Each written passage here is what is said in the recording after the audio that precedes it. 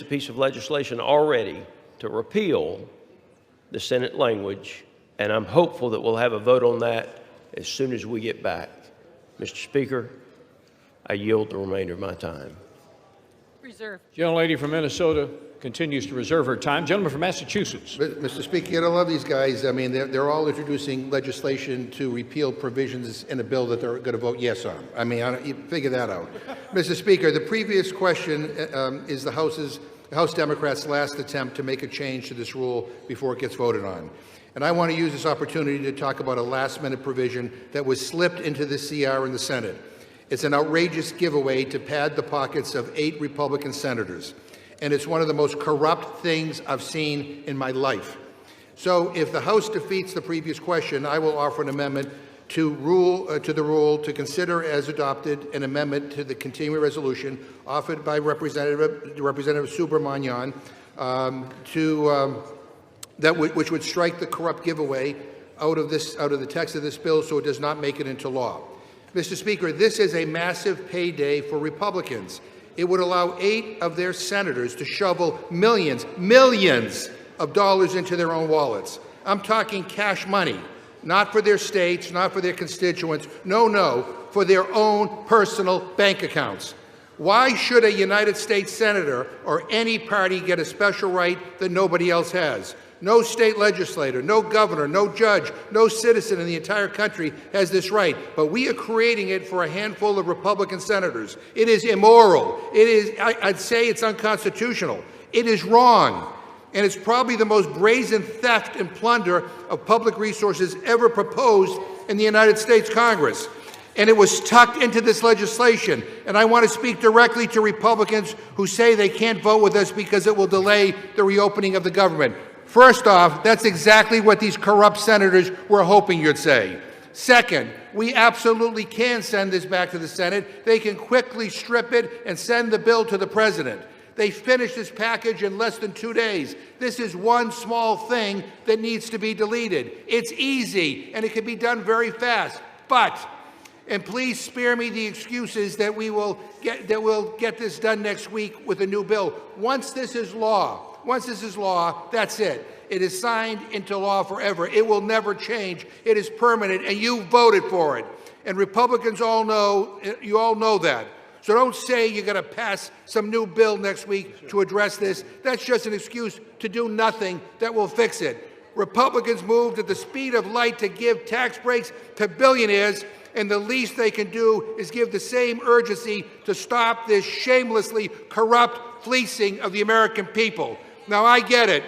Trump is suing the U.S. government for $230 million, and I guess these senators want in on the action. They want their own payday, but I've never seen this level of grift, shameless corruption, and theft of public money in my entire life, ever.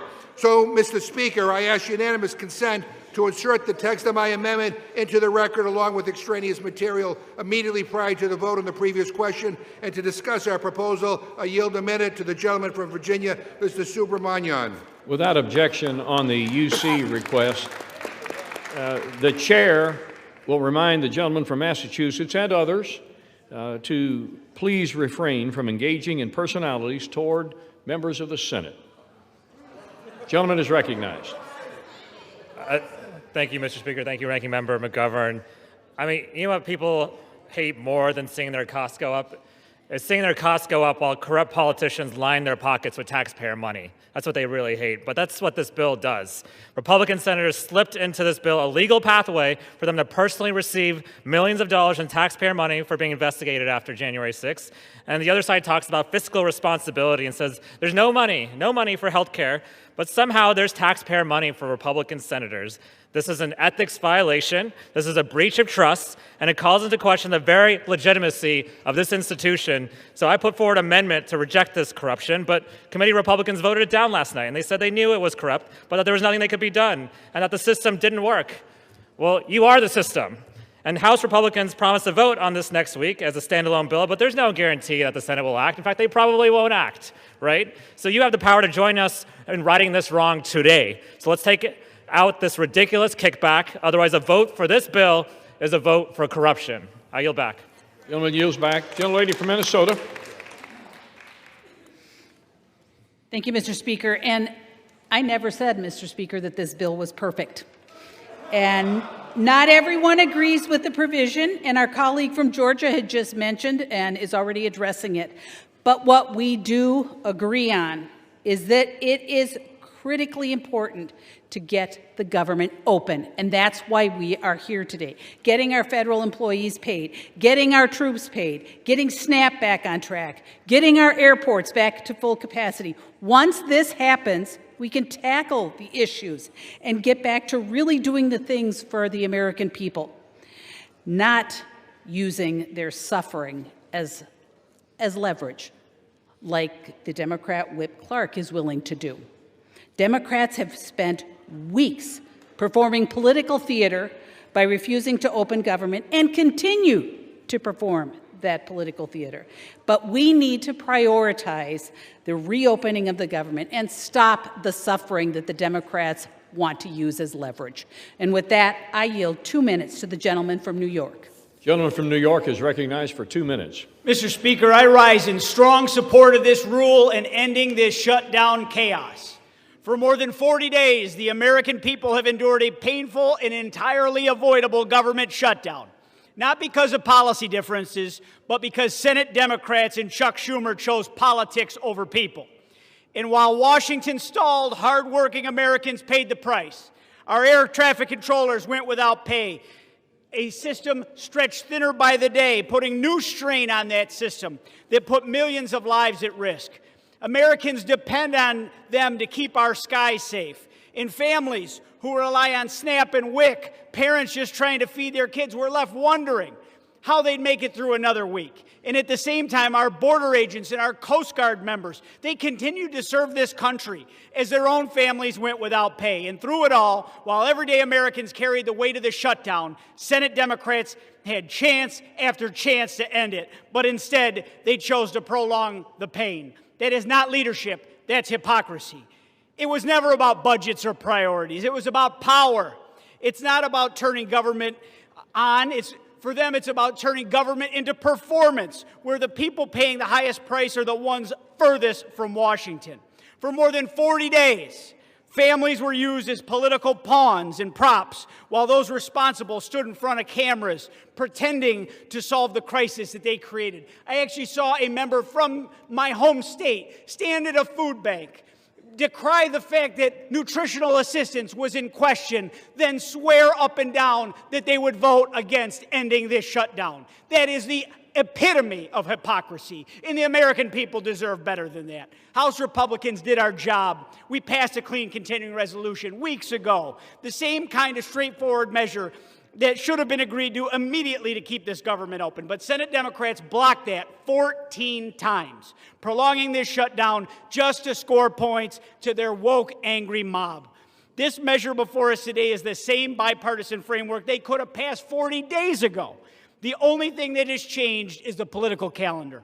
So, Mr. Speaker, I urge my colleagues to support the rule, stand with the American people, the families of veterans and public servants who have carried the burden of this shutdown, and let's reopen our government, and let's get this country moving again. And I yield back, Mr. Speaker.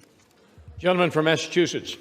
Mr. Speaker, I ask unanimous consent to insert into the record an article from ABC News entitled, "Inflation Climbs to the Highest Level Since January, Beef Prices Soar." Without objection. I request unanimous consent to insert into the record an article from the Washington Post entitled, "From Groceries to Gas, Americans Say They're Spending More Under Trump." Without objection. I ask unanimous consent to insert into the record an article from the New Republic entitled, "No, You're Wrong. Trump Spirals When Pressed on Rising Food Prices." Without objection. I ask unanimous consent to insert into the record an article from the New Republic entitled, "Trump Admits He Doesn't Care About Affordability as Economy Plunges." Without objection. I ask unanimous consent to insert into the record an article from MSNBC entitled, "Not a Big Issue. Republicans Shrug as Consumers Confront Healthcare Sticker Shock." Without objection. I ask unanimous consent to insert into the record an opinion article published in MSNBC entitled, "Trump's Argentina Bailout Once Again Puts America Last."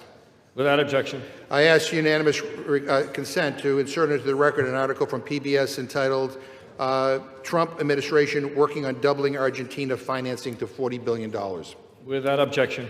I ask unanimous consent to insert into the record an article from Forbes entitled Presidency Boosts Trump's Net Worth by $3 billion in a Year. Without objection. I ask unanimous consent to insert into the record an article from People.com entitled Donald Trump hosts Great Gatsby-themed Halloween party as 42 million Americans brace for SNAP benefits to expire. Without objection. I ask unanimous consent to insert into the record an article from the New York Times entitled Trump's latest White House makeover, the Lincoln bathroom in marble and gold. Without objection. I ask unanimous consent to insert into the record an article from The Nation entitled The Bill to End the Shutdown is Full of Giveaways to Republicans. Without objection. And Mr. Speaker, I yield myself 15 seconds. Gentleman is recognized for 15 seconds. I'm sorry that the gentlelady thinks that trying to stop people's health care premiums from doubling and tripling and quadrupling is political theater, but we don't.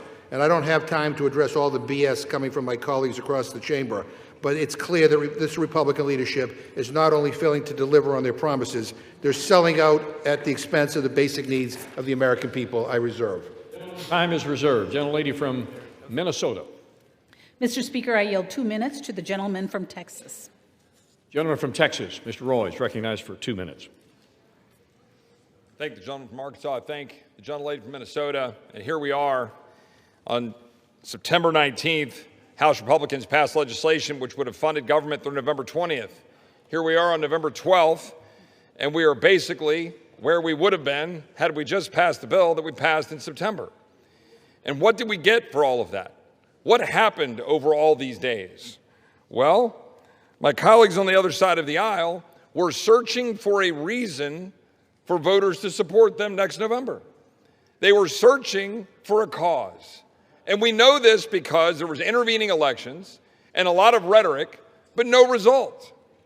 We're here right now with Democrats having joined senators to send a bill over here to fund government through the end of January with 3 appropriations bills, which we worked through regular order, that keeps spending relatively flat, advances the priorities the American people sent us here to advance, to back up the president who is securing the border, which he was sent to Washington to do, to restore our military to focusing on defending this nation rather than advancing woke priorities, which the American people sent him here to do, for us to continue to work to grow and to build this economy after 4 years of being wrecked with reckless spending, but also abhorrent policies. The American people are now saying, what on earth were Democrats doing? And my Democrat colleagues' response is health care, because it's the only default position they have is the default to health care. And the fact is, it's because they broke the system so badly that they are now coming and asking us to have the Treasury print money to then give out in order to enrich insurance companies with massive subsidies. That's the actual fact. And the American people understand this. And they recognize that they don't want insurance companies to be enriched, but they want to be able to go get the doctor of their choice. The American people understand this, and so do we. And we're here to open the government, and we're here to stand up for doctors and patients instead of insurance companies and big regulators. I support this legislation. I know my Republican colleagues do. The question really is, will Democrats, or will they wish to perpetuate the shutting down of government to enrich insurance companies? I yield back. Expired. Gentleman from Massachusetts. Well, a couple of things, Mr. Speaker. I don't think we want to be lectured by somebody who, over the years, has been the king of government shutdowns and who worked for a United States senator that pushed for a government shutdown and to object to the Affordable Care Act. But by the way, I just want to make it clear to everybody, this is a Republican shutdown. They control the White House, they control the House, they control the Senate. You know, this government shut down because they don't want to negotiate. It's their way or the highway. This is a Republican shutdown. They own it. I now yield 1.5 minutes to the gentleman from Maryland, the distinguished ranking member of the Judiciary Committee, Mr. Raskin. Gentleman from Maryland is recognized for 1.5 minutes. And thank you, Mr. Speaker. Thank you, Mr. McGovern. This bill, which they now call imperfect, contains the single most corrupt provision for legislative self-dealing that anyone in this chamber today has ever voted on. It is such an egregiously corrupt act of legislator self-enrichment and plunder of the taxpayer that not only did every single House Democrat oppose it in the Rules Committee last night, but multiple Republicans were denouncing it That is, before they were summoned into a side room and instructed to vote for it, which they all proceeded to do. Now they're telling us, vote for it today, and they'll repeal it, well, maybe next week, or maybe the week after that, or maybe before Christmas, they'll repeal it. I've got a solution for you. If you don't like this corrupt provision, don't vote for it today. That will work. This is a great bill. A great bill, that is, if you think 8 Republican U.S. senators should have a right to collect at least $1 million in a jackpot bonanza payoff from the taxpayers simply because they were subject to the exact same rules all other Americans were subject to and are subject to now. And they don't propose to change those rules for anybody else, not for more than 300 million Americans, not for the members of the House of Representatives, not for governors and mayors, but for themselves. They want to deal themselves a special legal privilege. In this Republican class war, Great Gatsby economy where President Trump has made more than $3 billion since he reoccupied the White House, the federal building which he has proceeded to demolish in large part, where millions of Americans face losing their health care and their SNAP benefits. This provision is an affront to our taxpayers, to the rule of law, to everyone who believes. Could I ask for 15 seconds more? It is an affront to everyone who believes that we in public office must be the servants of the people, not the masters of the people who get special legal rights and privileges and multi-million-dollar payoffs. People who think that they have a right to better treatment than everybody else, like Ghislaine Maxwell in their prison camp where she gets room service, puppy time, and special gym privileges. Gentlelady from Minnesota. She reserves her time. Gentleman from Massachusetts. I yield 1 minute to the gentlewoman from Oregon, Ms. Bonamici. Gentlelady is recognized. Thank you, Mr. Speaker. I rise today in opposition to this continuing resolution. I will not support a bill that will continue the Republicans' assault on Americans and their pocketbooks. At a time when Oregonians and Americans are already struggling with rising costs, this bill locks in devastating cuts to health care and drives up the cost, in many cases significantly. The assault on health care and the Republican shutdown more broadly, they're further proof that the first 10 months of this Trump administration have been chaotic, harmful, and completely out of touch with the needs of the American people. Donald Trump held an extravagant Great Gatsby party at Mar-a-Lago the night before SNAP benefits expired, while the administration and Republicans continue to ignore the needs of working families. That's not governing. They've abandoned their responsibility to bring down costs and grow the economy. And Mr. Speaker, this bill was already bad, but now they added this corrupt, get-rich-quick scheme to give hundreds of thousands of taxpayer dollars to Trump-aligned senators. That is outrageous. Oregonians and Americans deserve better. My colleagues should listen to their constituents, vote no, and come back to the table and join us in the work to make health care affordable and accessible to all. I yield back. Gentlelady from Minnesota, with 14 and 1/2 minutes remaining. Thank you, Mr. Speaker. And Mr. Speaker, I yield 2 minutes to the gentleman from North Carolina. Gentleman from North Carolina is recognized for 2 minutes. Mr. Speaker, I rise today as we are in the process of ending the longest government shutdown in our nation's history, and to affirm that this Congress will get back to leading America into her next golden age. Over 40 days, that is how long the government has been closed. For over 40 days, Democrats here in this body and in the Senate have chosen chaos over our country. They chose to shut the government down because politics demanded it, not policy. The elites who dominate their party's decision-making are the ones least impacted by its decisions. Were the far-left activists and Democrats here in this body the ones not getting paychecks?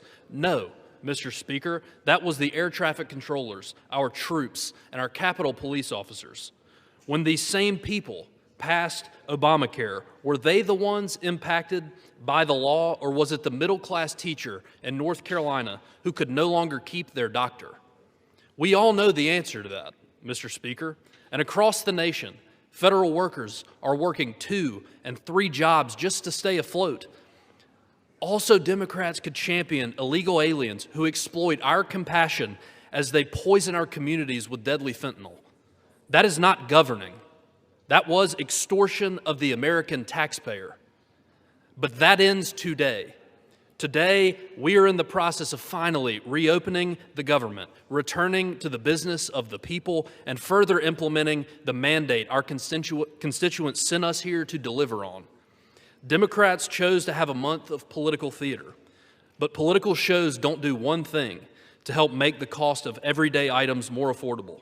It is time to govern and to focus on making America more affordable for the middle class. Mr. Speaker, I urge a yes vote on this rule, and with that, I'll yield back. Gentleman from Massachusetts. Mr. Speaker, we're getting lectured on governance by a guy who is just coming off an 8-week paid vacation. Give me a break. At this time, I'd like to yield 1.5 minutes to the gentlewoman from New Jersey, the next governor of New Jersey, Ms. Sherrill.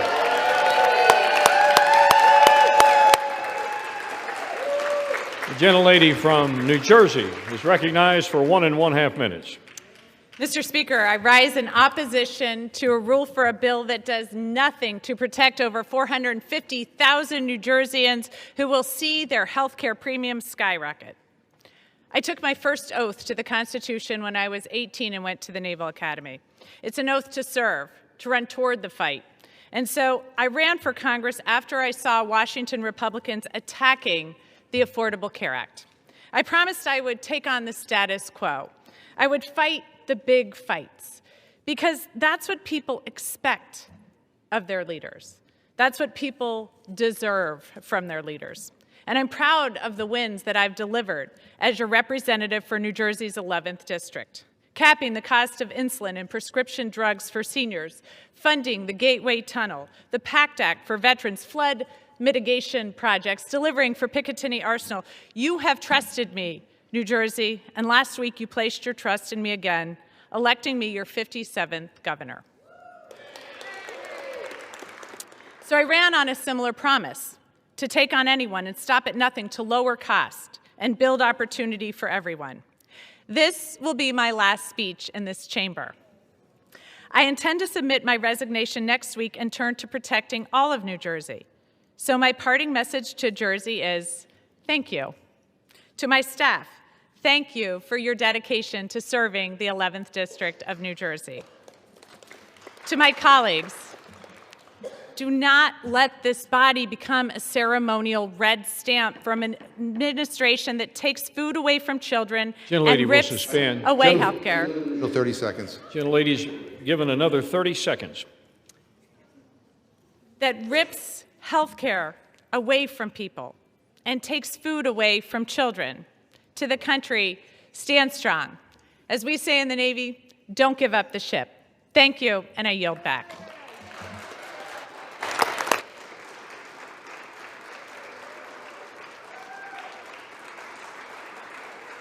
Gentlelady from Minnesota reserves. Yes.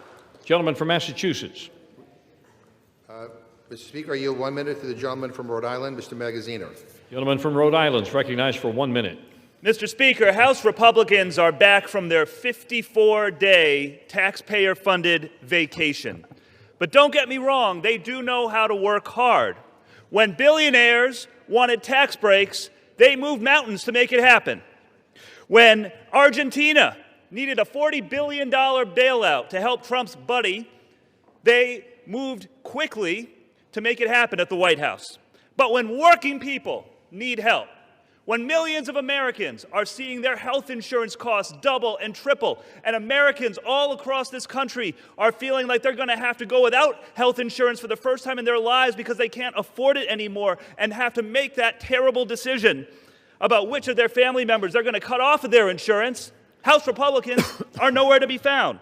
When Donald Trump's stupid tariffs are raising the price of groceries, the cost of coffee is up 40% over the last year, House Republicans are silent. When working people need help, they are absent. Shameful.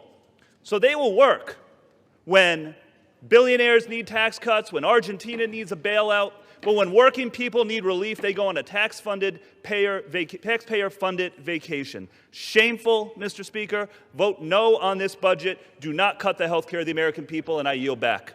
Gentlelady from Minnesota. Thank you, Mr. Speaker, and I yield 1 minute to the gentleman from New York. Gentleman from New York is recognized for 1 minute. The reason we know this is a Democratic shutdown is because of how angry they are that we're about to reopen the government, period. That's all you need to know. In 2023, Jerry Nadler said shutdown is really an extremist policy designed to appeal to an extremist base and hold the whole country hostage.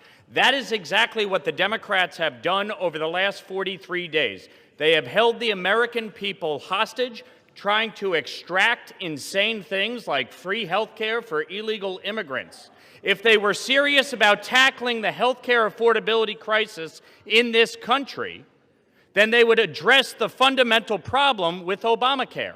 Since Obamacare took effect, health care premiums have risen by 96%, and on the open market by 114%.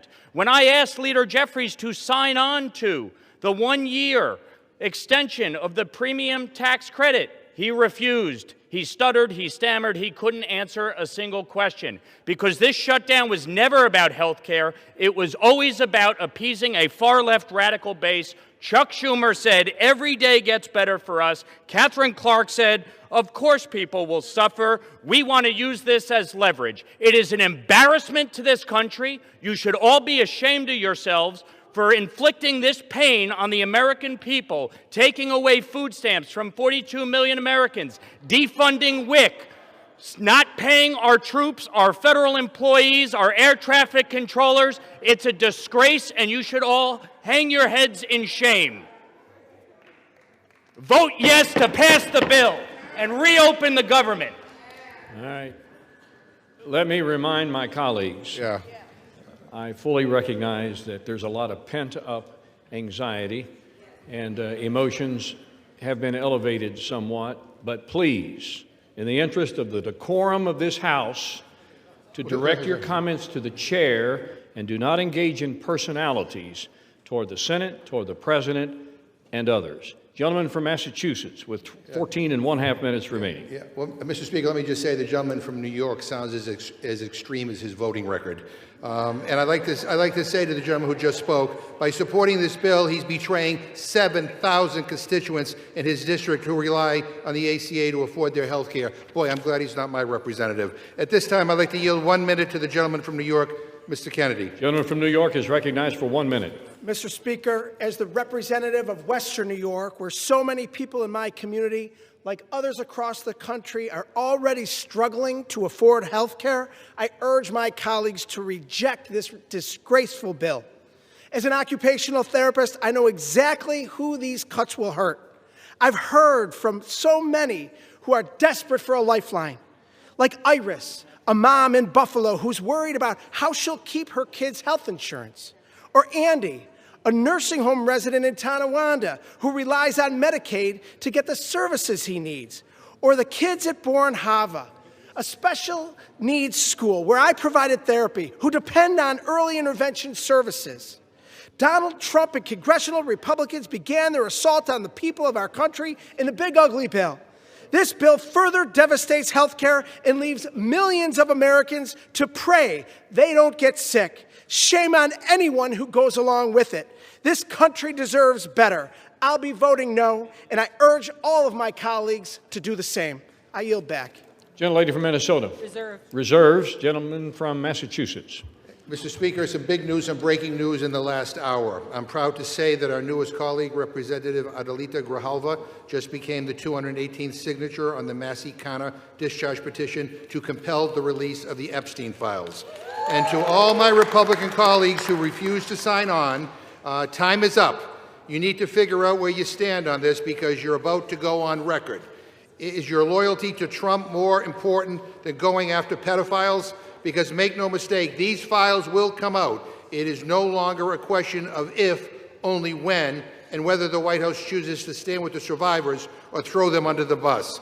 And at this time, Mr. Speaker, I'd like to yield 1 minute to the gentlewoman from Oregon, Ms. Dexter. Gentlelady from Oregon is recognized for 1 minute. Thank you, Mr. Speaker. I rise today in strong opposition to this rule and the underlying bill. As a physician who spent 20 years saving lives, I did not come to Congress to let health care be decimated by Congress. I came to fight for my constituents who deserve to be able to see a doctor they trust, afford their medication, and keep their families healthy. If House Republicans let the ACA tax credits expire, they are complicit in forcing Oregonians to make impossible choices, like whether to keep their insurance or put food on the table. As a physician, I know what comes next. People go without. They go uninsured, they delay care, and they skip refills. They get sicker, and sometimes they end up in medical debt that is devastating. The cost of living is already too damn high. Republicans are committed to cutting your care. They patently rejected amendments to protect Americans, ignoring millions of American families who are desperate for relief. I will be an absolute no on the rule and the underlying bill, and I refuse to give up on ensuring affordable health care for all. Thank you, Mr. Speaker. I yield back. Gentlelady from Minnesota. Mr. Speaker, I just wanted to say just really quickly, the ranking member mentioned the discharge petition, and he's very proud that it has 218 signatures. But not that long ago, today, we had a UC that would have moved that along, would have moved that resolution along over to the Senate, and I believe the Democrats objected to it. So it seems more like a political stunt than it does that they actually wanted to have that resolution moved along, because if they had not objected, it would have gone on its way and they would have accomplished what they wanted to do. So I don't see their real desire to have the resolution passed. I see it more of, like I said, a political stunt. And it certainly is actually a moot point, given that oversight is already releasing many of those files. As a matter of fact, I believe they've done tens of thousands of them, but I believe this morning they did another 20,000 files. So they are being released, and this all seems for naught. But with that, Mr. Speaker, I would like to yield 1 minute to the gentleman from California. Gentleman from California is recognized for 1 minute. Mr. Speaker, Jimmy Fallon offered Democrats this pro tip.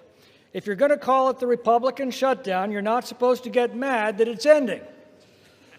Anyone who remembers their schoolhouse rock knows that once the House originates an appropriation, the Senate must either amend it or pass it. Now, the House did its job on September the 19th with a simple appropriation that made no policy changes. It merely kept the government operating at current levels while we finished debating priorities. Democrats deliberately blocked the Senate from acting, demanding $1.5 trillion of new spending as a ransom. Finally, thank God, 8 of them put country ahead of party and voted to end this madness. Now, hearing the bitter recriminations from our leftist colleagues, it seems unlikely we'll see much bipartisanship today. But with or without them, we will reopen the government tonight and get back to addressing the challenges that confront our country. I yield back. Gentleman from Massachusetts with 11 minutes remaining on his side, 9 minutes on the majority side. Mr. Speaker, I'm surprised that the gentlelady brought up the UC request, but I'm glad she did, because I want the record to be clear. I didn't hear any objection on the floor. The Republican chair basically ruled it as an improper UC request, and so that is why it didn't move forward. And but I do know this, because I'm on the Rules Committee. And I do know the gentlelady time and time again voted against releasing the Epstein files. And I know my Republican friends are hoping that they don't have to go on record because they don't want to get Trump upset at them. But the bottom line is every single Republican will go on record, and you will have to make clear whether you're on the side of a pedophile or whether you're on the side of the victims.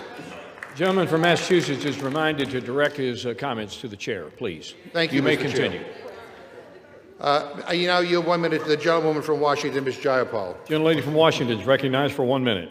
Mr. Speaker, I rise to oppose this bill that allows health insurance premiums for 22 million American families to skyrocket and raises health care costs for everyone. Trump and his Republican cult of followers in Congress have unleashed shameful, crisis of cruelty and corruption on the American people. First, they slashed Medicaid by $1 trillion, kicked 15 million Americans off of health care, set up the playboard for rural hospitals to shutter, all so that you could give $7 trillion in permanent tax breaks to their billionaire buddies. Then they refused to negotiate with Democrats to extend the Affordable Care Act tax credits so that 22 million Americans wouldn't have to choose between health care and rent. And when we refused to go along with that, they caused this 45-day Republican shutdown, illegally refused to pay SNAP benefits for the hungry, and illegally canceled flights, throwing the country into chaos. Trump and Republicans want to make you poorer and sicker. While Trump builds his gilded ballrooms, protects pedophiles, pardons those who buy his meme coins, and lets Americans starve. Shame on you. I'm a hell no on this bill. Gentlelady from Minnesota. Mr. Speaker, I yield 2 minutes to the gentleman from Tennessee. Gentleman from Tennessee is recognized for 2 minutes. Mr. Speaker, I rise today to oppose the Senate's provision that allows senators to make financial gain off illegal government surveillance. 3 things can be true at once, Mr. Speaker. The first truth is this: the shutdown has to end. The American people and countless Tennesseans I represent are suffering and experiencing real pain. This record-breaking Schumer Democratic shutdown was completely avoidable, and it was completely carried out for political purposes. The second truth is that the last administration, led by Joe Biden and his auto pen, unfairly surveilled conservatives and conservative members of Congress. That included sitting United States senators. Yet, Mr. Speaker, the third thing I would note is that the American taxpayer has suffered enough because of the last administration. No one in this body should support allowing senators to sue and collect from taxpayers because the FBI went rogue under President Biden. But don't get me wrong, the overreach is more than troubling. It's unfathomable that the Department of Justice was weaponized in this way. I fully support holding those radical agents accountable and the ongoing investigations into their misdeeds. Yet no elected official should profit from the political calculation of left-wing bureaucrats and judges. Mr. Speaker, the folks I represent are still reeling from historic Bidenflation, the effects of the border crisis, and the regulatory agenda of the last administration. It is shameful to ask them to shoulder the burden of paying U.S. senators $500,000 or more for those misdeeds. With that, I yield back, Mr. Speaker. Gentleman from Massachusetts. Mr. Speaker, I yield 1 minute to the gentleman from Texas, Mr. Green. Gentleman from Texas is recognized for 1 minute. And still I rise, Mr. Speaker. I rise to call to my colleagues' attention that they are no longer claiming that this is a clean CR. The truth is that it is a dirty, filthy, stealthy CR that has been contaminated with millions of dollars for people who have not earned it, but rather who want to take it from the taxpayers of this country because they have concluded somehow that they have been harmed when no harm has been proven or brought to our attention. I believe that health care for all is important because we in the Congress have the best health care in the world. Yet people with the best health care in the world do not see fit for persons who need it, who are among the least, the last, and the lost, to acquire health care, something that they have. Health care is becoming wealth care for too many people in this country. We need to extend the subsidies. We need to make sure that everybody who can get to a doctor gets care. This is not a poor country. I refuse to take a poison pill and have you tell me that I'll regurgitate it next week. The poison pill. Gentleman's time has expired. Gentlelady from Minnesota reserves. Gentleman from Massachusetts. I inquire how many more speakers the gentlelady has, because she doesn't seem to have very many. I believe we have one more, Mr. Speaker. Okay. All right. We have several. Mr. Speaker, I yield 1 minute to the gentlewoman from New York, Ms. Ocasio-Cortez. Gentlelady from New York is recognized for 1 minute. It is great. It is great that Democrats have a line of people who are willing to fight for working class Americans from coast to coast in this country. Because God forbid that we have a member of the Republican caucus who stands up and actually wants to extend the Affordable Care Act so that people with cancer, insulin, and issues across all sorts of healthcare issues across this country have their health insurance protected and extended throughout 2026. It is unconscionable that what we are debating right now is legislation that will give 8 members of the United States Senate over $1 million apiece. And we are robbing people of their food assistance and of their health care to pay for it. How is this even on the floor? How can we, as members of Congress, Republican or Democrat, vote to enrich ourselves by stealing from the American people? That is what this legislation does. In fact, Senator Graham just went before the press earlier today saying he was going to seek well over $1 million from the American people from this. We cannot support it, and we cannot stand for it. Thank you. Gentlelady's time has expired. Gentlelady from Minnesota. Thank you, Mr. Speaker. And I just wanted to point out to some of my colleagues that, you know, the Democrat government shutdown stopped the SNAP benefit. So if they were very concerned about those, about making sure that people had their nutritional assistance, they wouldn't have shut down the government, because that is what caused it. And with that, Mr. Speaker, I yield 1 minute to the gentleman from Texas. Gentleman is recognized for 1 minute. Thank you, Mr. Speaker. It was great to hear from the new leader of the Democrat Party, Mrs. Alexandria Ocasio-Cortez. Unfortunately, we didn't also get to hear from their other leader, Mr. Zoran Mamdani. Mr. Speaker, I'm going to be proud this evening to vote to reopen the federal government. House will be in order. Mr. Speaker, for 40 days, the Democrats shut our government down to pursue unrealistic policy proposals that they know the American people do not want. Mr. Speaker, the American people do not want health care for illegal aliens. They do not want our tax dollars funding left-wing media outlets, and they do not want to drive up our debt $1.5 trillion as part of a short-term continuing resolution. Mr. Speaker, the last 40 days have been nothing but pure political nihilism, and I'm glad that this nightmare is over so that we can get back to work on behalf of the American people. Thank you, Mr. Speaker. I yield back. Gentleman from Massachusetts. Gentleman from Massachusetts. I reserve. Gentleman reserves his time. Gentlelady from Minnesota. Reserve. Reserves. Who seeks time? Well, Mr. Speaker, let me first of all just say to the gentlelady, this is Republican shutdown. It didn't need to happen.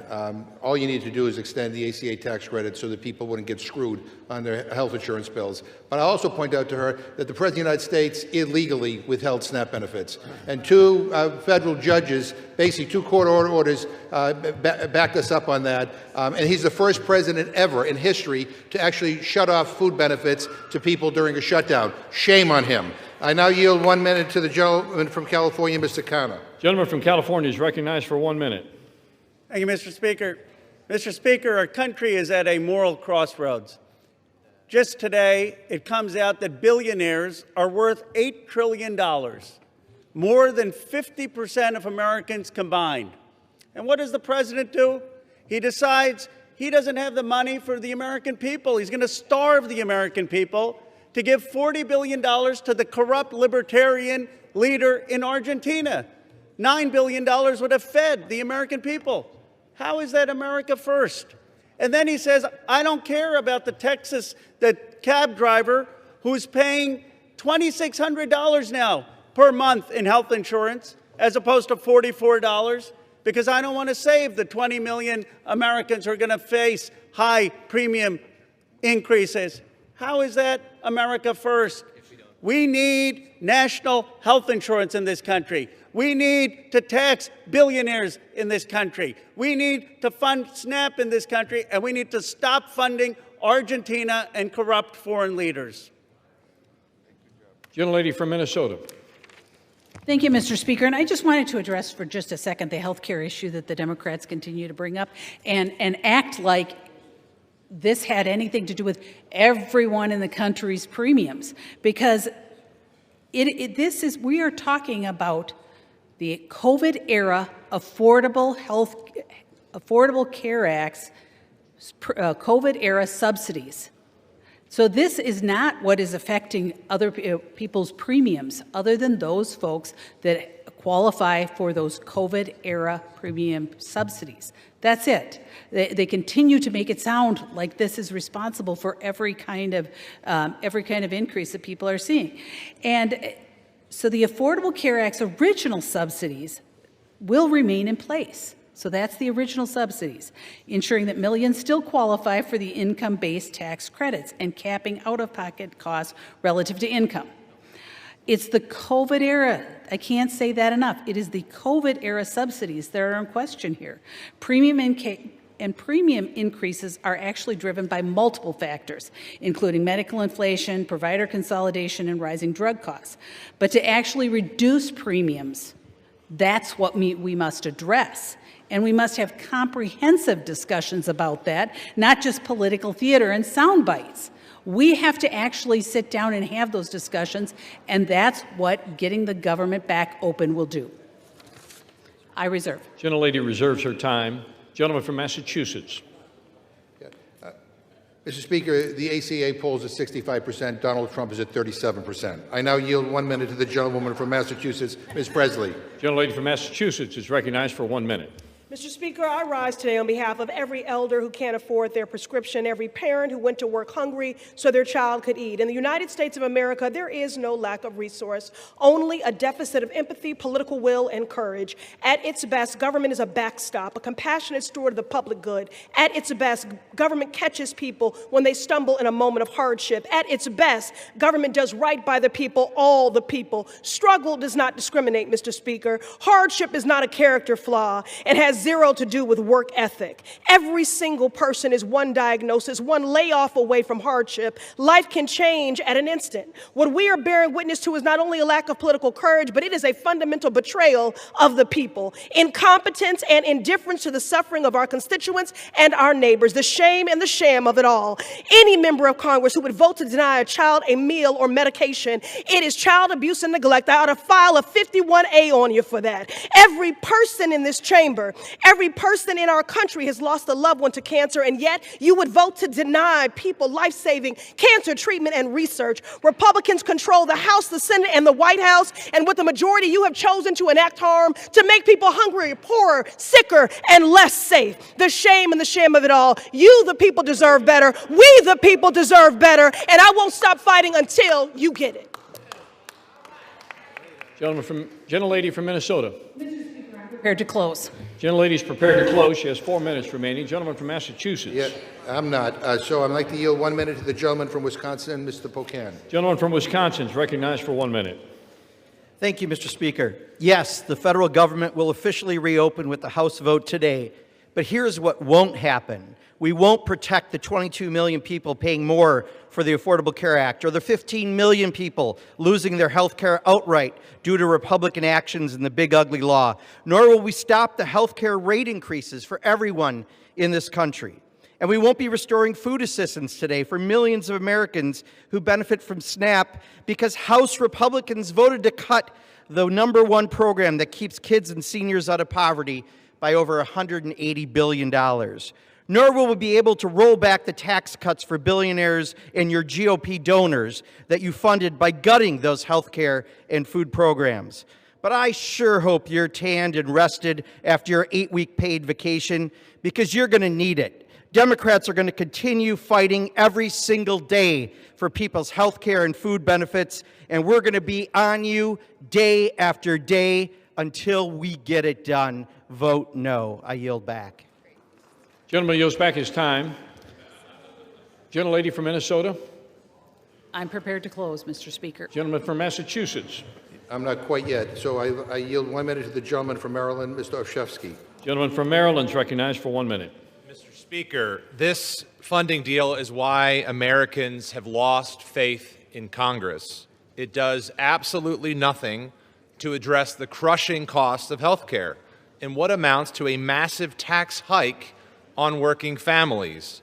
It does absolutely nothing to stop President Trump from canceling the very funding we would provide, something he's already done again and again. But here's what it does. It allows senators to write themselves, and only themselves, million-dollar checks because their phone records were legally subpoenaed, checks paid for by American taxpayers. It's corruption at a whole new level. With bribery and insider trading, someone breaks the law. Here, Congress is writing a law that protects and funds corruption. It's brazen and disgusting in an effort to legalize corruption. And anyone who votes for this CR is complicit in that corruption. If government still belongs to the people and not the powerful, we must reject this self-serving scam. I yield. Gentleman yields back his time. Gentlelady from Minnesota still prepared to close. Gentleman from Massachusetts with 2.5 minutes remaining. So I'll close, Mr. Speaker, for our side. Mr. Speaker, I don't have enough time to rebut all the absurd claims made by the other side. Suddenly, they all have an opinion on health care. They had a decade to come up with a plan, and they came up with nothing. But I'm glad they finally acknowledged that this is a dirty CR that shovels millions of dollars into the pockets of Republican politicians. They hate this bill so much that they're all going to vote for it. They say that we shut the government down. Really? The last time I checked, Republicans are in charge around here. We heard for months about their mandate. They control the House, the Senate, and the White House. They have a duty to keep the government open, and they failed. They did not have the votes. They refused to negotiate with us because we wanted to help regular people instead of billionaires. And now they want to blame us for the consequences of their own actions? What the hell is wrong with them? Give me a frigging break. America is the richest country in the history of the world. We are blessed with an abundance of so much. There should not be an affordability crisis. Every single person in this country should be able to have a good job, a living wage, affordable food and health care, and have a shot at a better future. That's what I'm fighting for. That's what we're fighting for. That's how I want to make America great. That's the Democratic vision for what this country could be. And from a moral perspective, from a set of values, we believe it is immoral to have a system that gives so much to just a few billionaires while depriving so many of the basic things they need to live a good life. And it is clear to me after this debate that Republicans do not share those same values. And I'm going to fight like hell. We are going to fight like hell because I believe in America. We believe in America. And we believe that the hopes and the dreams of the American people will prevail. And with that, I yield back. Gentleman yields back his time. Gentlelady from Minnesota with 4 minutes remaining to close. Thank you, Mr. Speaker. And as we wrap up this debate, I want to take a moment to cut through the noise from our colleagues, from our colleagues on the left. Instead of focusing on the legislation before us, they're resorting to fear tactics and tossing out false claims about what this shutdown is really about. The CR would have kept the government open to continue and finish the appropriations process. And yet, the Democrats refused and instead chose to shut down the government. And you know, my colleague mentions values. Democrats claim that our values are different, and Democrat Whip Clark said, of course there will be families that are going to suffer, but it is one of the few leverage times we have. So if that's the values they're talking about, I don't share those values. I won't make the American people suffer, whether it be their SNAP payments, whether it be keeping air traffic controllers paid, whether it's paying our troops. Making the American people suffer is not the values that I share.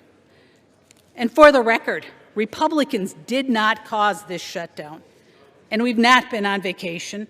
I've been splitting my time between D.C. and the district, as I mentioned before, meeting with constituents in both, meeting with federal agencies, hosting a teletown hall, and I know how hard my Republican colleagues have been working for their constituents and the American people.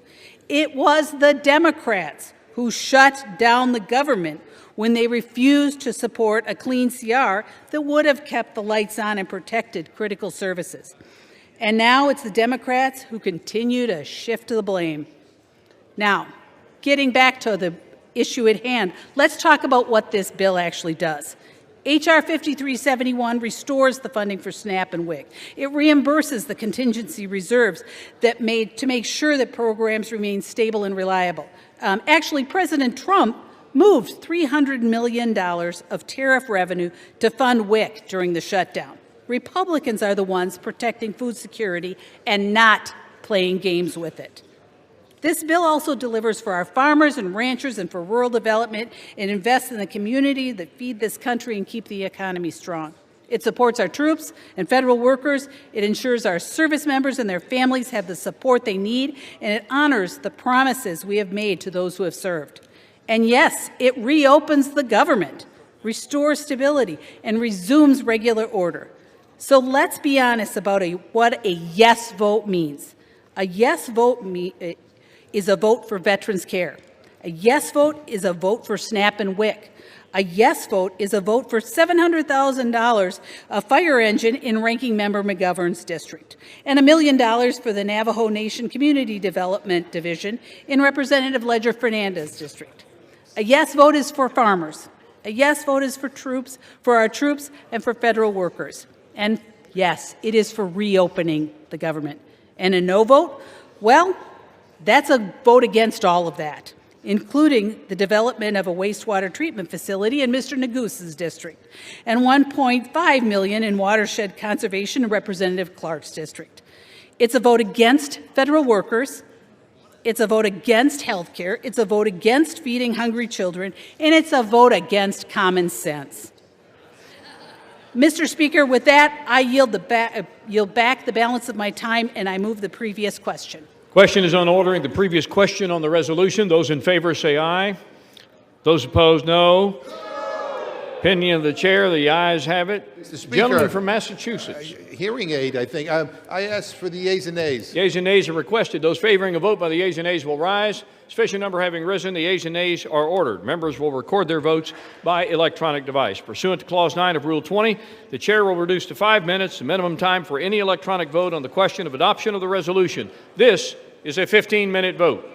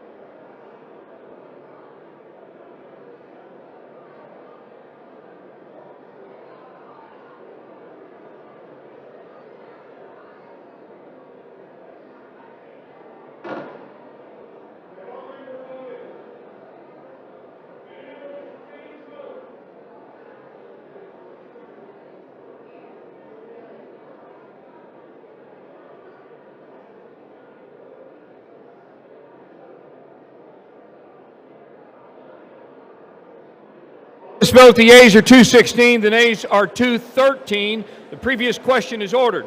Question is on the adoption of the resolution. Those in favor say aye. Those opposed, no.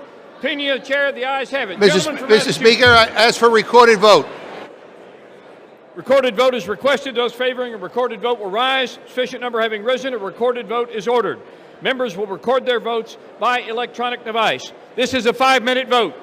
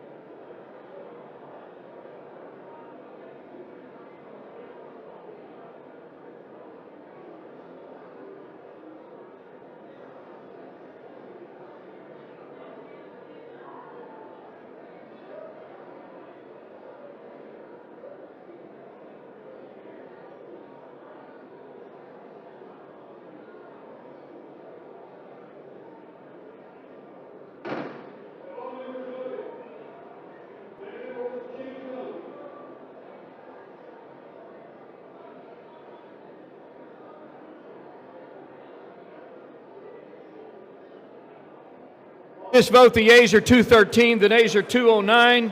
The resolution is adopted. Without objection, a motion to reconsider is laid on the table.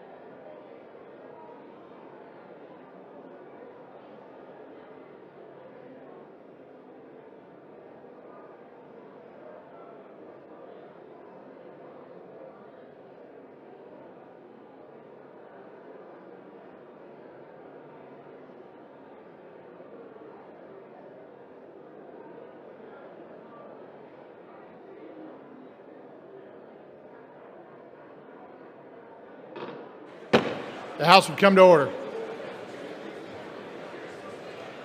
For what purpose does the gentlelady from Washington seek recognition? The House will be in order.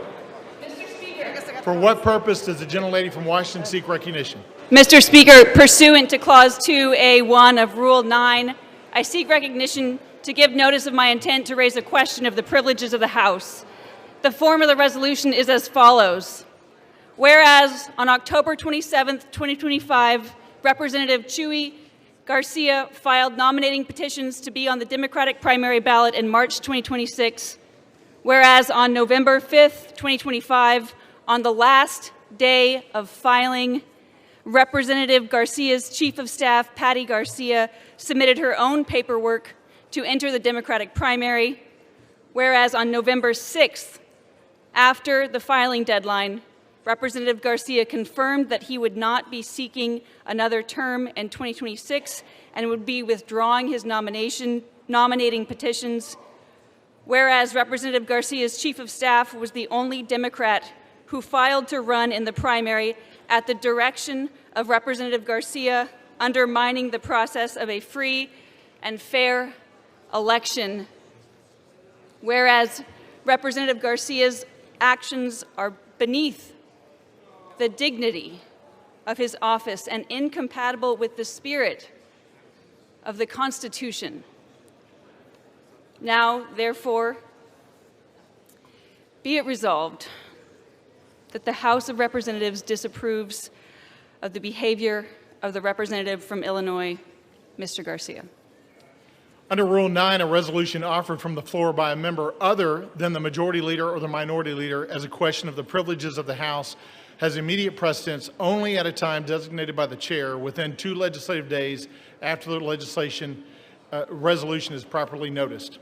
Pending that designation, the form of the resolution noticed by the gentlelady from Washington will appear in the record at this point. The chair will not at this point determine whether the resolution constitutes a question of privilege. That determination will be made at a time designated for consideration of the resolution.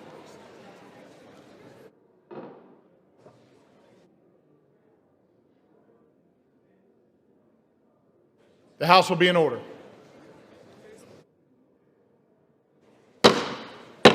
Members are instructed to clear the well.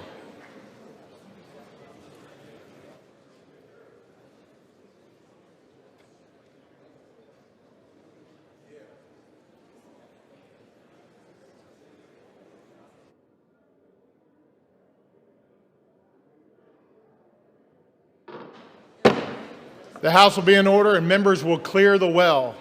For what purpose does the gentleman from Illinois seek recognition? Mr. Speaker, pursuant to House Resolution, I'm sorry. Who did?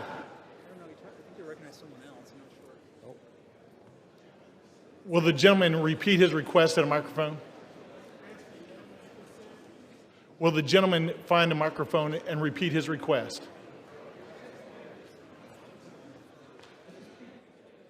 Mr. Speaker, I would like to ask unanimous consent to address the body, the will. I recognize for that purpose. Thank you, Mr. Speaker. I'd like to thank. Recognized. I'd like to thank the Honorable. Hello. The House will be in order. The well will be cleared. All members will clear the well. For what purpose does the gentleman from Oklahoma seek recognition?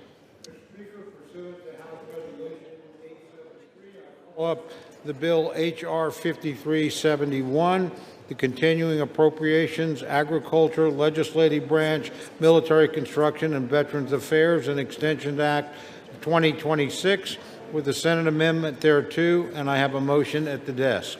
The clerk will report the title of the bill, designate the Senate amendment, and designate the motion.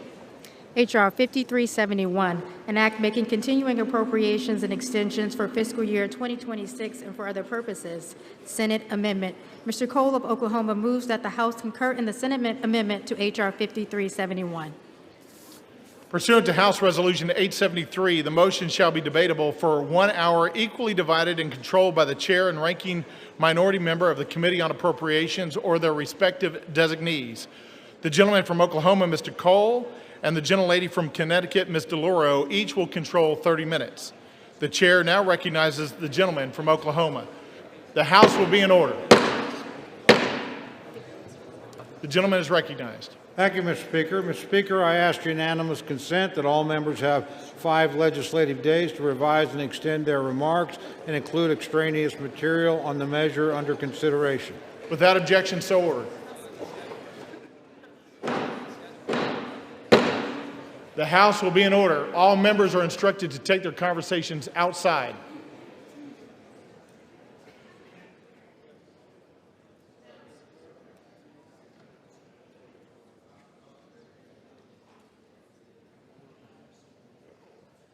The gentleman from Oklahoma is recognized. Thank you, Mr. Speaker. Mr. Speaker, I yield myself such time as I may consume. The gentleman is recognized. Thank you. I rise today in support of the Continuing Appropriations, Agriculture, Legislative Branch, Military Construction and Veterans Affairs, and Extension Act of 2026.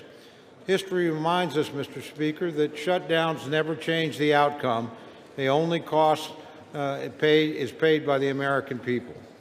Over the last 43 days, the facts did not shift, the votes required did not shift, the path forward did not change.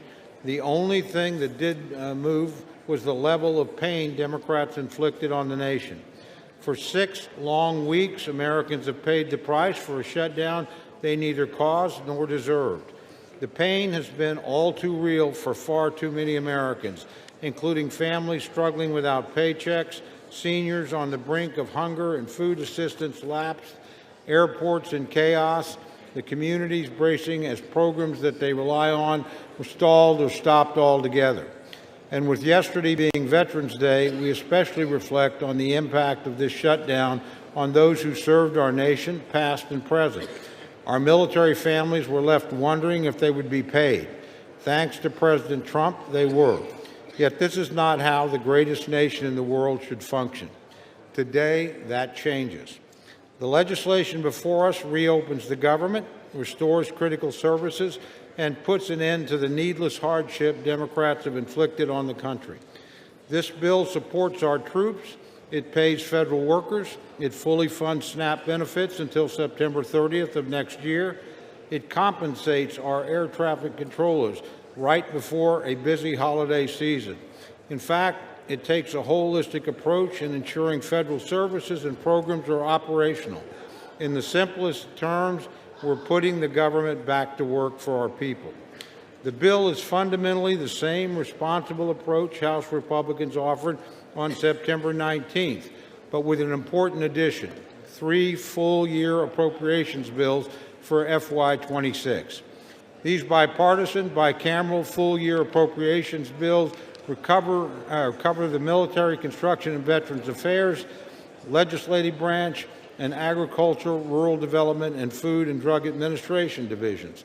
Once passed, we will have full-year funding in place for many of our most crucial programs.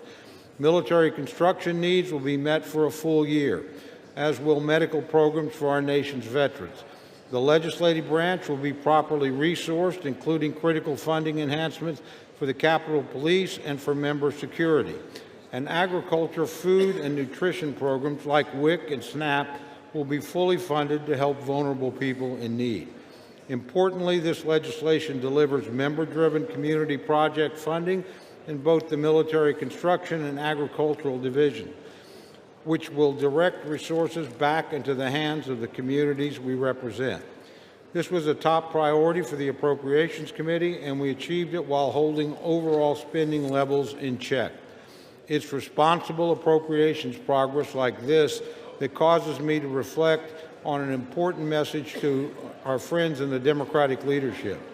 My sincere apologies to Minority Leaders Jeffries and Schumer, but after today, you will no longer get to hold the government hostage, and you will not get to force a rushed, pork-filled Christmas omnibus at the end of the year. Republicans have actively restored a responsible line-by-line process. Over the next few months, we will continue this work and efforts through regular order. This Article 1 advancement is an accomplishment that every member of this chamber can be proud of, regardless of party. Yet some still need to decide what they stand for today. So to my colleagues on the other side of the aisle, do you want the leverage or do you want to legislate?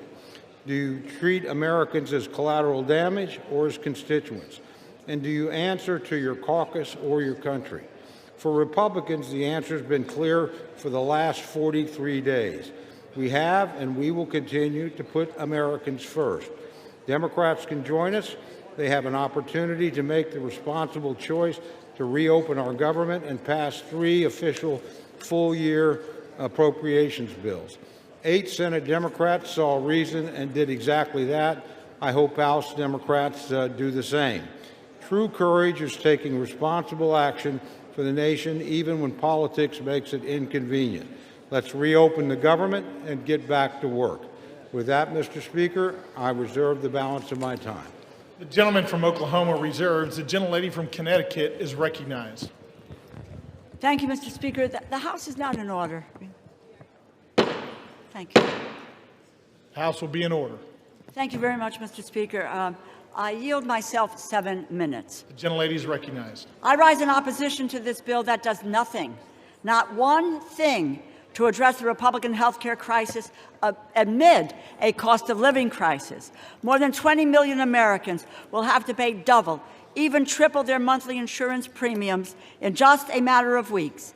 And this bill leaves families without even a glimmer of hope that their costs might go down.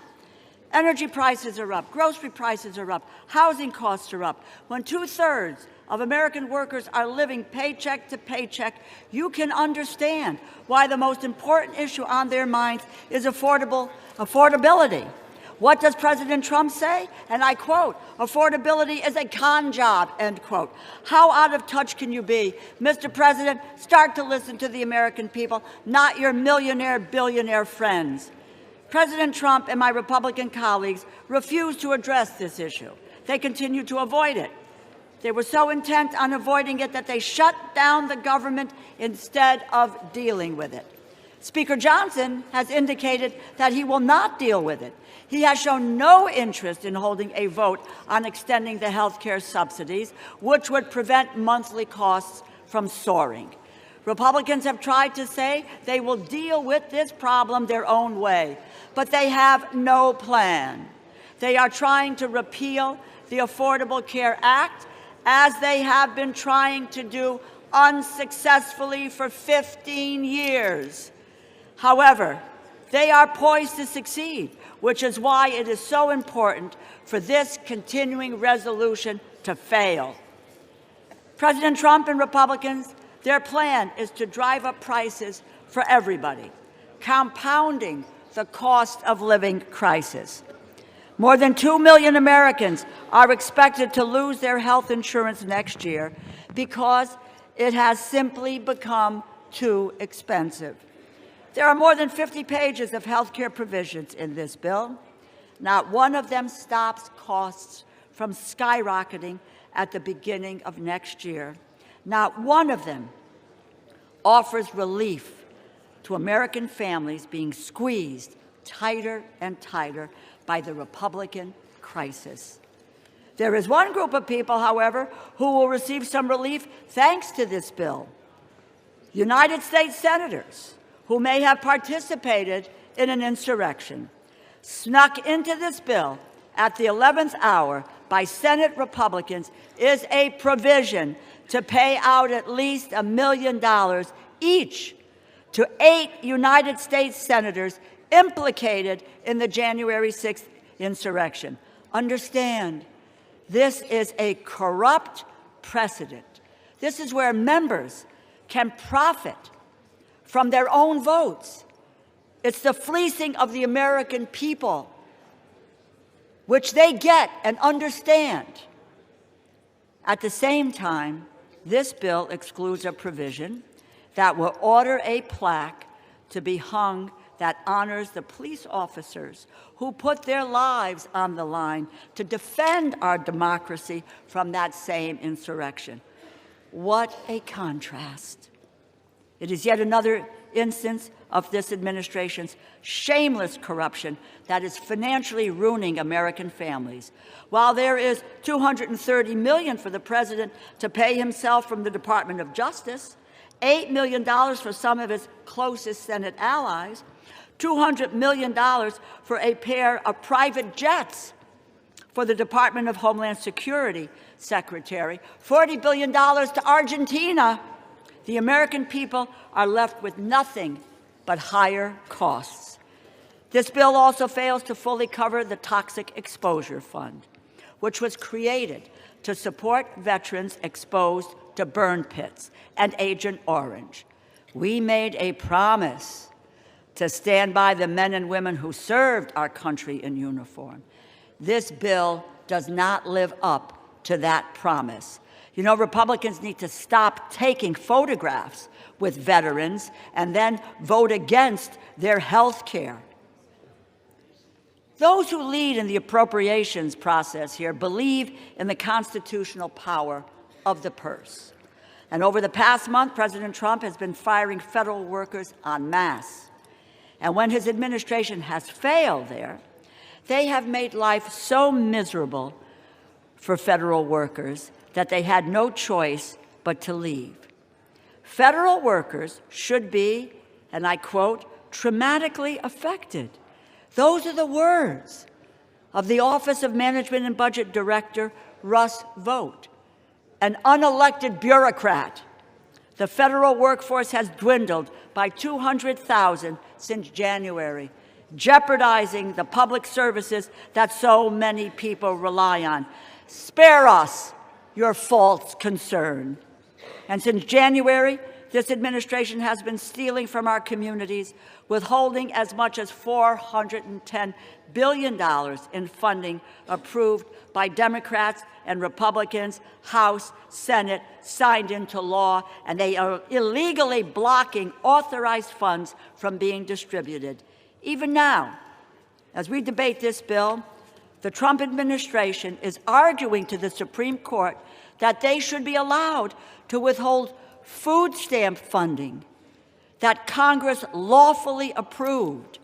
They were ordered by 3 separate courts to distribute food assistance and are still fighting to withhold it.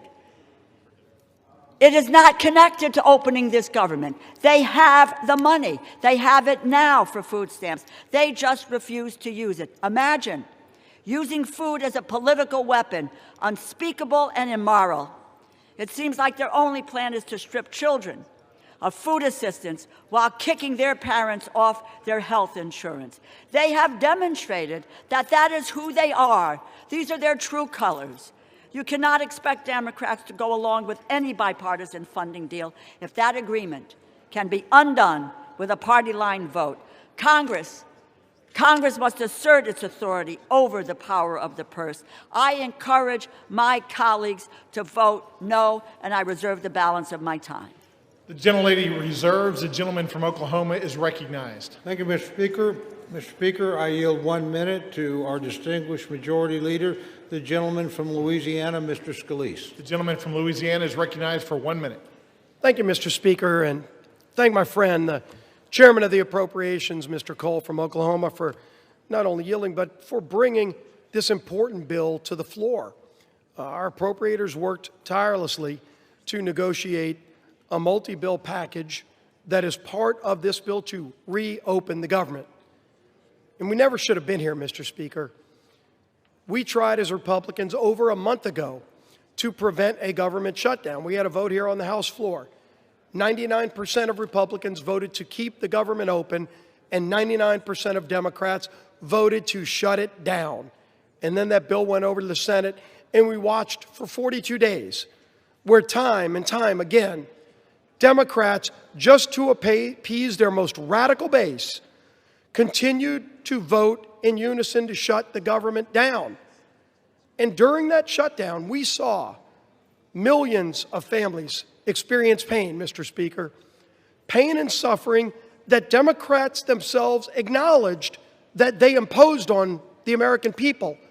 But they said over and over again, we have quote after quote from Democrats during the shutdown, that they needed to impose the suffering to get leverage, Mr. Speaker, to use the American people as pawns to get leverage. For what? For what? They ultimately filed an alternative bill, $1.5 trillion mad spending spree that included things like $200 billion of taxpayer funding for illegals to get taxpayer benefits, while they gutted the $50 billion rural health care fund that we put in place in the Working Families Tax Cut. So, Mr. Speaker, anybody who comes up here and says they care about health care, they were also advocating to gut the $50 billion rural health care fund to provide $200 billion in taxpayer-funded health care benefits for illegals. It's insanity. And if you really want to look at where this all began, as some on the other side, Democrats, want to talk about a health care crisis, the health care law of the land is what many refer to as Obamacare. But let's remember the original name that Democrats gave that bill when they created it. They called it the Affordable Care Act. The Affordable Care Act. Only Democrats voted for it. Republicans knew it was going to be anything but affordable. It was going to interfere with the doctor-patient relationship. And unfortunately, it's done that. But if you want to talk about affordable, and maybe the only other bill that's more laughable in its name is the Inflation Reduction Act. Yeah, that's another product brought to you by Democrat-only votes. The Inflation Reduction Act, which ushered in the inflation under Joe Biden that we're still trying to shake today. But the Affordable Care Act, Mr. Speaker, since it started, Americans have seen over 80% increases in their health care costs because of a Democrat-created bill that they want to now blame on Republicans. I understand why they would want to try to now pawn that off on somebody else. But then if you look over time, during COVID, they created a temporary relief fund, not to individuals, Mr. Speaker, but to insurance companies. Democrats created a temporary, they called it temporary in the law, temporary COVID relief tax credit to insurance companies to bail out big insurance companies who are seeing record profits, and that's now what they want Republicans to renew. An insurance company bailout that Democrats created to be temporary. They set it up to expire. And now they're saying that the world's going to end if that insurance company bailout doesn't get renewed. While at the same time, when we as Republicans worked to actually lower premiums for families, they fought it every step of the way. That's right.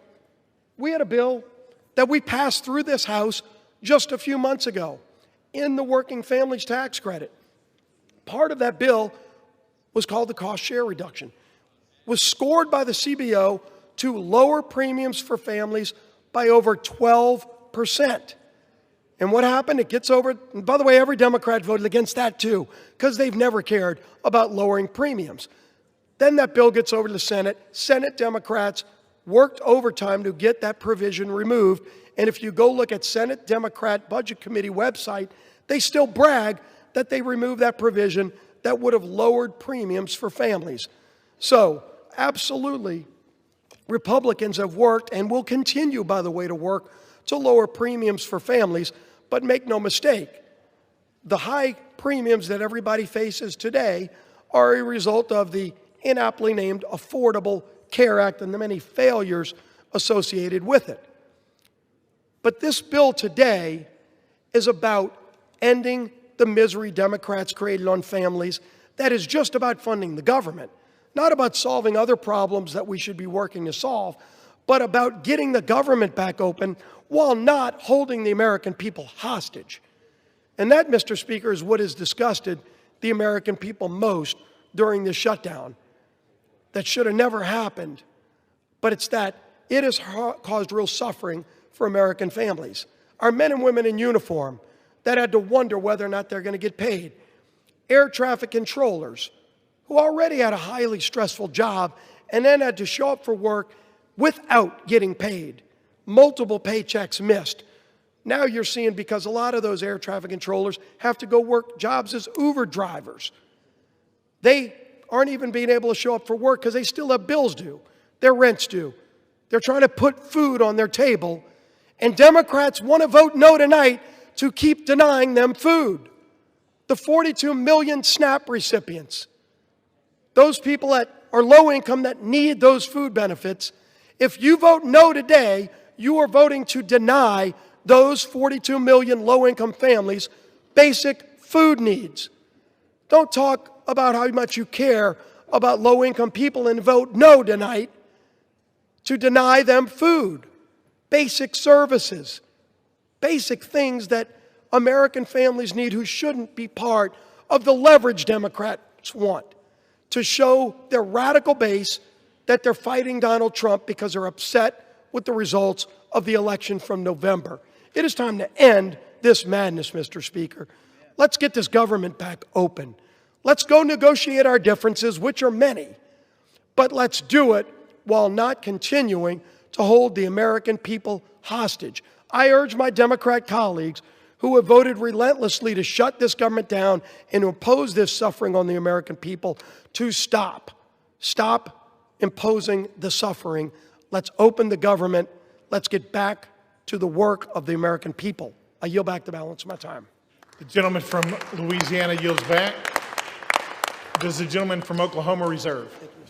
I do, Mr. Speaker. The gentleman reserves. The gentlelady from Connecticut is recognized. I remind the Majority Leader that a 60-year-old couple earning $82,800 per year, annual premiums will rise by over $17,000, a 255% increase. It now gives me great pleasure to yield 3 minutes to the gentleman from Georgia, the distinguished ranking member of the Agricultural and Rural Development Subcommittee, Mr. Bishop. The gentleman from Georgia is recognized for 3 minutes. Thank you, Ranking Member DeLauro. As ranking member of the Agriculture, Rural Development, and FDA Subcommittee, I rise to oppose this bill, though it does represent, for the most part, solid bipartisan work to provide investments in agriculture in rural America.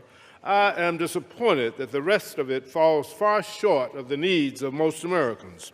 Healthcare providers and patients are frustrated and frightened by the imminent skyrocketing of healthcare costs caused by the loss of the ACA tax credits and cuts to Medicaid, Medicare, and life-saving biomedical research. My constituent, Angela Holmes, is unable to walk without debilitating pain. She's worried that without tax credits, she won't be able to afford health insurance to complete the multiple back surgeries she needs. For many Georgians, health care is a matter of life and death. Our Republican colleagues could have corrected this in the Rules Committee, but they rejected an amendment last night that would have lowered health premium costs. To me, that's unconscionable. So are the administration's actions during the shutdown. As a Christian, I'm outraged that USDA used the shutdown to illegally withhold SNAP from 42 million Americans. USDA had the chance to do the right thing and use designated contingency funds, but rejected it. And when ordered to do so by the courts, they fought all the way to the Supreme Court to keep hungry families from receiving food. America produces the highest quality, safest, most affordable, and abundant food, fiber, and medicine anywhere in the world. To that end, this bill provides many welcome investments. It fully funds SNAP and WIC, replenishes the SNAP and WIC contingency funds, and fully funds cash value vouchers for fruits and vegetables for women and children. It also helps rural America by providing $1 billion in single-family direct home loans, $120 million over the House level, and funding water and wastewater programs at $446 million, both issues that Democrats tried to address in full committee. The bill provides $1.8 billion for the Agricultural Research Service, $1.6 billion for NIFA, protecting farmers, small businesses, and families against President Trump's budget request to eliminate land-grant university research and extension activities across the country. I'm pleased to see that the bill language requires USDA to notify Congress before canceling grants over $1 million. The agricultural portion of this bill does make positive steps in the right direction. The bill discards many of the harmful policy riders, which in the House bill, yet it does not go far enough to negate House language falsely questioning the safety of mifepristone and encouraging FDA to explore liability protections for certain infant formula manufacturers, over which the agency has absolutely no jurisdiction. And while the overall funding package may reopen the government for a month or two, this bill does not address the breach of trust this administration has demonstrated since January. They fail to follow the law, and we cannot trust that they will even execute this bill if we vote on it today. The gentleman's time has expired. Yeah, 15 seconds. 15 seconds. The gentleman is recognized for an additional 15 seconds. They fail to follow the law, and we can't trust that they'll execute the law. They cut SNAP by 20% in the big ugly bill this summer, dismantled funded federal programs, fired federal workers, and illegally ignored court orders. This bill fails to address the health care crisis, and bipartisan outrage has erupted over language in the bill to pay millions of dollars of taxpayer dollars to a handful of senators whose phone records were subpoenaed in relation to the January 6th investigation. It's a bad bill. The gentleman's time has expired. The gentleman yields back. Does the gentlelady from Connecticut reserve? The gentlelady reserves. The gentleman from Oklahoma is recognized. Thank you, Mr. Speaker. Mr. Speaker, I recognize yield 2 minutes to my very good friend, distinguished gentleman from Texas and distinguished chairman of the Military Construction and Veterans Subcommittee, the Appropriations Committee, Mr. Carter. The gentleman from Texas is recognized for 2 minutes. Thank you, Mr. Speaker, and I want to thank my longtime friend, colleague, and the chairman of the Appropriations Committee, Mr. Cole, for yielding me the time. I rise in support of H.R. 5371 and look forward to reopening the government. The shutdown has gone on long enough, and it's time to end it. Yesterday was Veterans Day, and it's a timely reminder of the commitment our armed forces personnel have made and the responsibility that we have to take care of those who serve our nation. Military construction and veteran affairs component of the legislation meets that goal. The legislation includes $133.3 billion for the Department of Veterans Affairs, including $113.8 billion for the discretionary funding for the VA medical care. It includes critical funding for Medicare, medical health services, telehealth services, veterans homelessness programs, medical research programs, and rural health initiatives. It invests in information technology, including robust investments in VA electronic health record modernization. Fully funds all mandatory veterans benefits, including veterans disability compensation programs, education benefits, and vocational rehabilitation and employment training. Nearly $20 billion for the Department of Defense military construction programs. This amount funds nearly 300 projects at military bases around Yield the the world. gentleman an additional 15 seconds, Mr. Speaker. The gentleman has an additional 15 seconds. It includes $3 billion to improve and maintain housing for service members, provides requested resources for the American Battle Monuments, Armed Forces Retirement Home, and operations of Arlington Cemetery. I want to thank Mr. Cole for his endless work to get us to this point. The gentleman's and time I has urge my expired. colleagues to join me in supporting the bill. And I yield back. The gentleman yields back. Does the gentleman from Oklahoma reserve? The gentleman reserves. The gentlelady from Connecticut is recognized. Mr. Speaker, I yield 3 minutes to the gentlewoman from Florida, the distinguished ranking member of the Military Construction and Veterans Affairs Subcommittee, Ms. Wasserman Schultz. The gentlelady from Florida is recognized for 3 minutes. Thank you, Mr. Speaker, and I thank the gentlewoman for yielding. I rise to oppose this slush fund for senators bill that will force health care costs to explode for millions of Americans. In fact, this legislation guarantees only 2 things. Republican senators suspected of helping Trump try to steal an election will get a whole lot richer, and life will get more expensive for everyone else. That's because this bill adds rocket fuel to Republicans' larger assault on Americans' access to quality, affordable health care. Remember, Mr. Speaker, Republicans already slashed $1 trillion from Medicaid, $500 billion from Medicare, and let Trump steal billions in medical research. But with this bill, Republicans dump massive health care price hikes on struggling Americans. Millions will be priced out of any coverage at all, which will drive coverage costs up and health services down for all of us. It's a health budget nightmare for America's families and a slush fund lottery win for 8 Republican senators. Because the one thing that we can all agree on, unless you're Jeffrey Epstein's best friend in the White House, is that the cost of living is out of control. Rent, home insurance, and electric bills are all soaring. The cost of beef, coffee, and vegetables just keep climbing.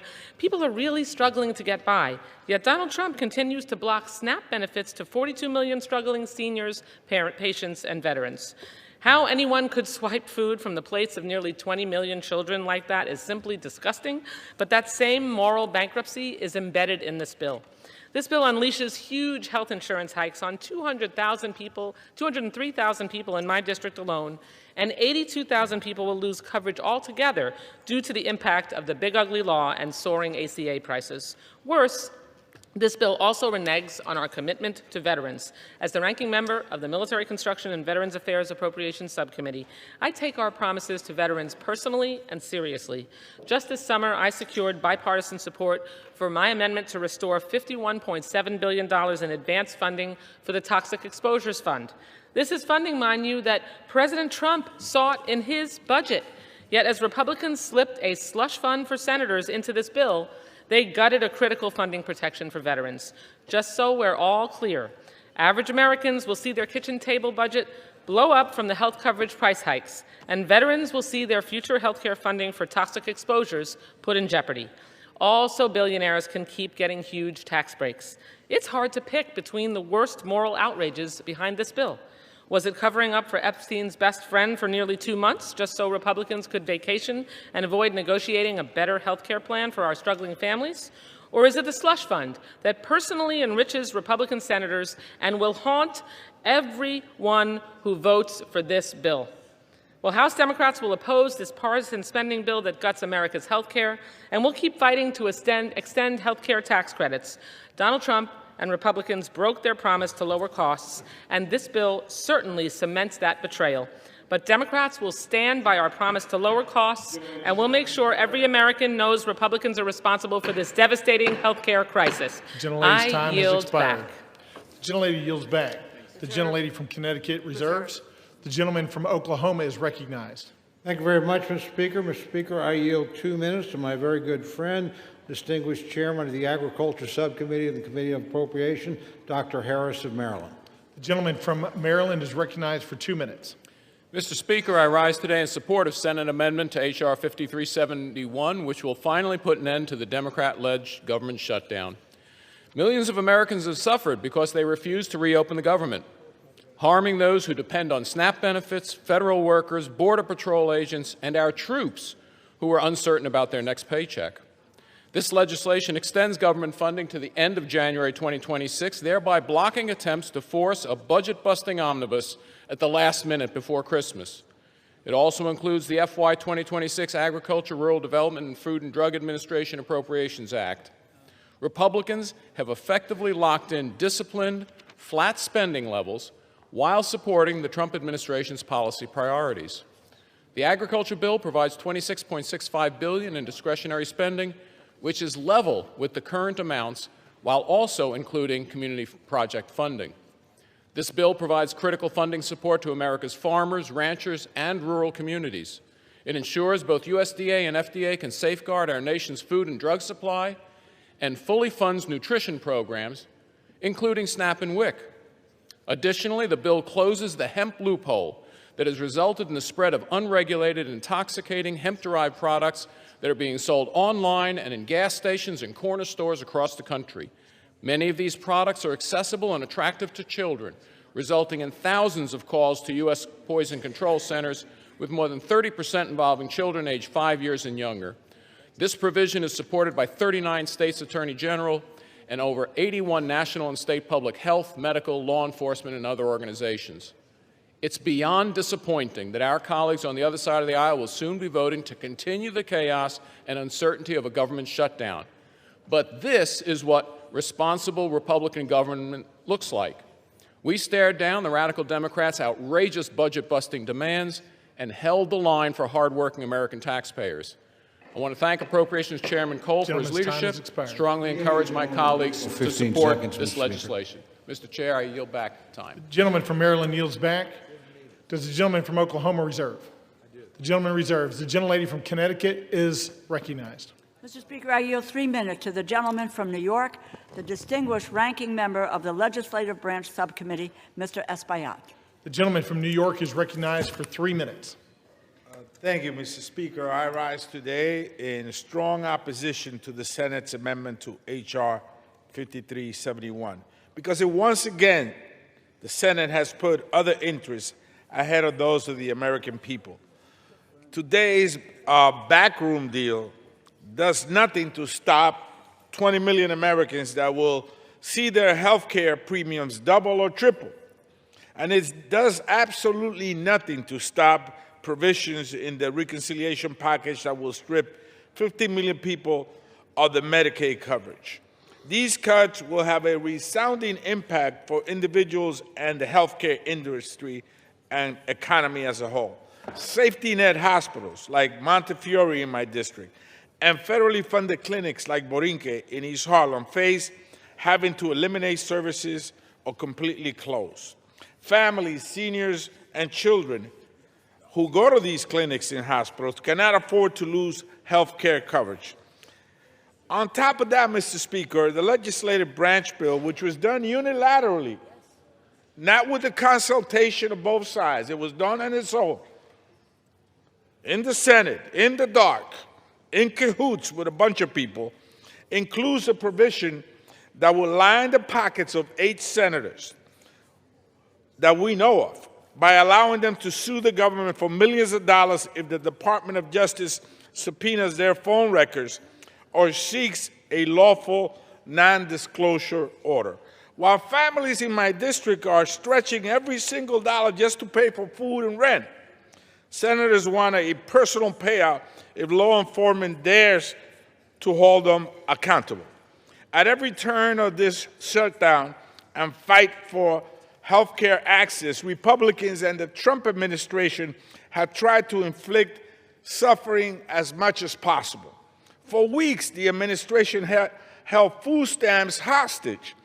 And even when some states comply with a court ruling to release full benefits, the president demanded that they be clawed back. Even when governors stepped up and said, we don't want people to go hungry, they ran to court, Mr. Speaker, to take $6.20 away from poor people.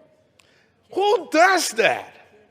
Explain that to me. Who takes $6.20 away from a single mom or a hungry senior? That's the state of America today. Unbelievable. And here we are to vote on this. I will be casting my vote as a no. In fact, it will be a hell no tonight. The gentleman from New York yields back. The gentlelady from Connecticut reserves. The gentleman from Oklahoma is recognized. Thank you, Mr. Speaker. Mr. Speaker, I yield 2 minutes to my very good friend, the distinguished gentlelady from Michigan and chairman of the House Republican Conference, Ms. McClain. The gentlelady from Michigan is recognized for 2 minutes. Thank you, Mr. Chairman, and thank you, Mr. Speaker. And God, I love the compassion and the passion on the other side of the aisle. You know, we're worried about taking money out of families. Well, you know what? Y'all can do the right thing and vote yes. If not, you're the ones that are taking money from needy families, not us, because yes means yes, we want to feed the families. We want to have SNAP programs. No means we don't fund those programs. See how simple that is? But keep on with the rhetoric. I mean, it's cute, but the American people don't buy it. So, I mean, listen, for the past 40 days, Democrats have inflicted needless pain on hardworking Americans. They stranded millions of travelers. They denied food assistance for hungry families. And how did they do that? When you vote no to continue funding, that means you deny food stamps for hungry families. No means no, you don't want to pay them. Yes, like the Republicans vote, that means yes, we do want to pay them. So, you know, they left our troops wondering when they'd get their next paycheck. And for what, Mr. Speaker? To use the American people as leverage. Don't take my word for it, take theirs. Leverage for more wasteful Washington spending. Spending that no one other than the radical left ever wanted. And to remind the American people, they wanted $1.5 trillion of their hard-earned tax dollars. But what did they get in return? They got nothing. They got nothing because Republicans refused to waste the American people's money. Not a dime for their radical climate change, not a dollar for tax-funded benefits for illegals, and not one single concession to their radical far-left base. Millions of Americans whose lives were upended by the Democratic shutdown will remember this. Yield the gentlelady an additional 30 seconds. Thank you. The gentlelady is recognized for an additional 30 seconds. Thank you. The American people will remember who held them hostage for petty political reasons and who fought to put America first. So now that this shameful charade is over, House Republicans will continue our work on behalf of the American people. We will restore regular order to the appropriations process. We will continue to fulfill the mandate of the American people, and we will keep delivering results for American people, because that's what we're here to do for, not to play politics. So with that, Mr. Speaker, I yield. Thank you. The gentlelady from Michigan yields back. The gentleman from Oklahoma reserves. Before we move on, members are advised to direct their comments to the chair and not to engage in personalities. The gentlelady from Connecticut is recognized. Thank you, Mr. Speaker. I have the greatest honor, really, to yield time, 2 minutes time, to the gentlewoman from California, the distinguished Speaker Emerita, Ms. Pelosi, and I might add, probably the epitome of the best speaker that this nation has ever had, in addition to which millions of Americans have health care coverage through the Affordable Care Act because of Speaker Pelosi, and she's also Italian-American. Thank you. I yield. And a grandmother. The gentlelady from California is recognized. Thank you, Mr. Speaker. I thank the gentlewoman for yielding, Madam Chair, and once and future Chair of the Appropriations Committee, and thank her for her leadership and her kind words. I take heed, Mr. Speaker, of your comment to address my remarks to you and not to your colleagues. So I can say to you, and perhaps you can tell them, either they don't know what they're talking about or they don't care about meeting the needs of the American people. Did any one of them vote? Did any one of them vote to eliminate a need for a pre-existing condition in health care? Not one of them. Did any one of them vote to say if your children get to be 26, until they're 26 years old, they have access to your policy? Not one of them. Did any of them vote to bring a woman as being a pre-existing medical condition? Not one of them. The list goes on and on. Do any one of them vote for the Affordable Care Act, which, Mr. Speaker, you can tell them, was paid for? And then later, when we decided that we could extend the tax credits further so more people could have more access to care, did anyone vote for that? No. So all they have done is try to eliminate access to health care in our country. The public is catching on to them. You might tell them if a woman is born with a child that has a heart condition, she's out of luck with what they are proposing. If a father gets a stroke, forget about it. If you have a sibling with a disability, they don't care. And if your wife has breast cancer, you've got big bills to pay because they want to take away health care, whether it's Medicaid to tens of millions of people, $500 billion from Medicare for seniors and people with disabilities, millions of dollars added to the cost for families for access to the Affordable Care Act. The list goes on and on. Either they don't know or they don't care. I'll say one more thing as a grandmother and mother. How about the President of the United States on Halloween night having a Halloween party? And saying to the Supreme Court, please don't make me feed the children or the poor people in our country. Going to the Supreme Court for that means cruelty is not even comes close to the word that is needed for that kind of behavior. The worst president for children America has ever seen. I yield back. The gentlelady from California yields back. The gentlelady from Connecticut reserves. The gentleman from Oklahoma is recognized. Thank you, Mr. Speaker. Mr. Speaker, I yield 2 minutes to my very good friend, distinguished gentleman from West Virginia and member of the Legislative Branch Subcommittee and Committee of Appropriations, Mr. Moore. The gentleman from West Virginia is recognized for 2 minutes. Thank you, Mr. Speaker. I rise today to support the Senate amendment to H.R. 5371, which includes full funding for the legislative branch. I'm honored to serve as the vice chairman of the Legislative Branch Subcommittee, and I'm grateful to Chairman Valadao for his leadership on that committee.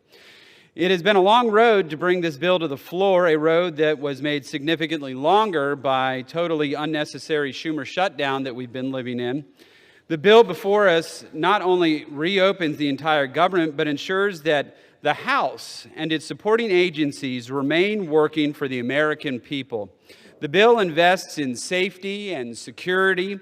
It increases funding for the Capitol Police, provides support for security programs through the House Sergeant at Arms, and is tough on foreign adversaries, including language I wrote, preventing the purchase of technology tied to the Chinese Communist Party. I want to thank Chairman Cole for his leadership and Ranking Member Espaillat and our subcommittee members and their staff and our staff and their work. And I urge my colleagues to vote yes. I yield back. The gentleman from West Virginia yields back. The gentleman from Oklahoma reserves.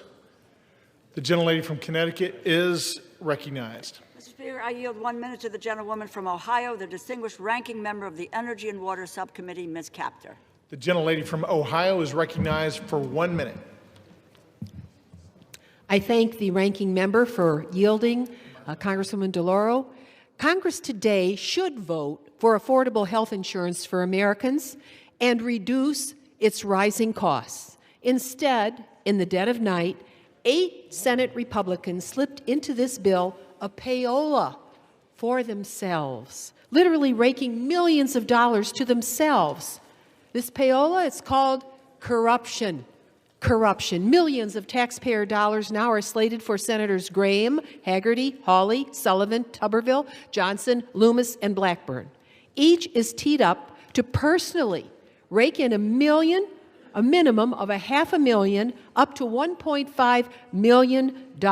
Meanwhile, the American people need more affordable health insurance, but these senators, with their House allies, are lining their own pockets. I say no more tax breaks to billionaires and no payoffs to U.S. senators. This is what happens when power serves itself instead of the people.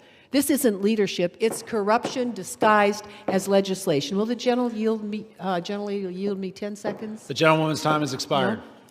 Let's cleanse America of disgusting corruption. Power corrupts, absolute power corrupts absolutely.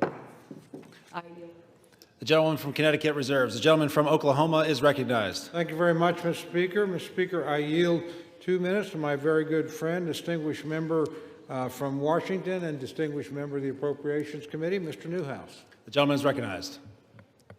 Thank you, Mr. Cole, for yielding the time. Mr. Speaker, over 40 days after the Senate Democrats shut down the federal government, we are finally reopening.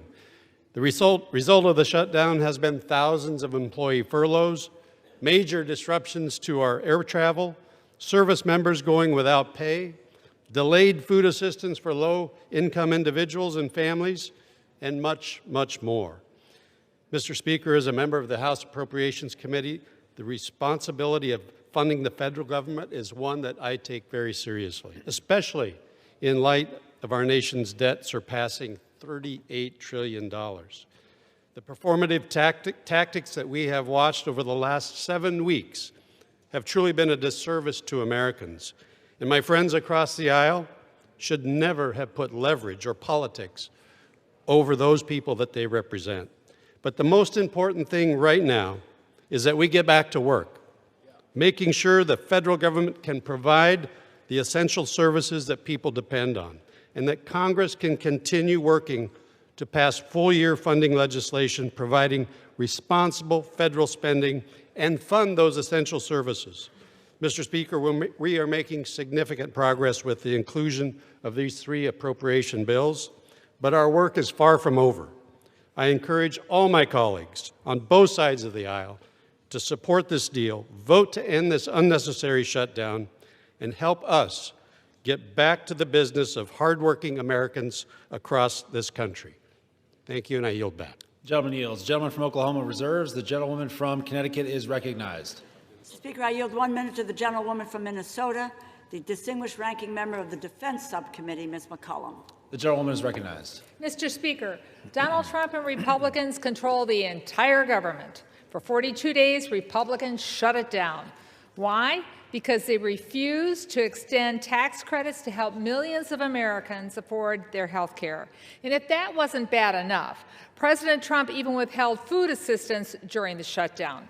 Hunger should never be used as a weapon. The CR continues the Republican health care crisis. The Speaker's already said he won't hold a vote to extend the Affordable Care Act tax credits to reduce health care costs for Americans. So now my constituents are going to have to choose between heating their homes, feeding their families, or taking their children to the doctor. It's a terrible deal for the American people. Americans deserve an open and transparent government that works for them. They deserve access to affordable health care, nutritious food for their families. And that's what Democrats are fighting for. I wish the President and the Republicans would join us in this fight and share our priorities. I yield back.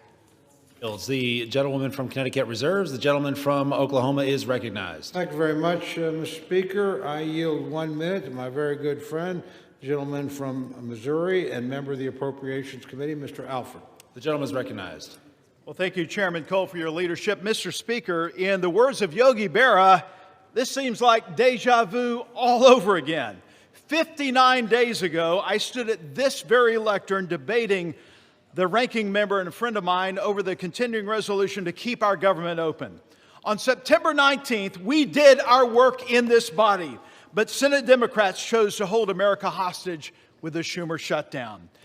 Democrats in Congress, including the minority whip, shamefully admitted they were using the misery they inflicted on the American people as leverage to achieve their leftist wish lists of demands, slowly twisting the heads of the American people in a vice.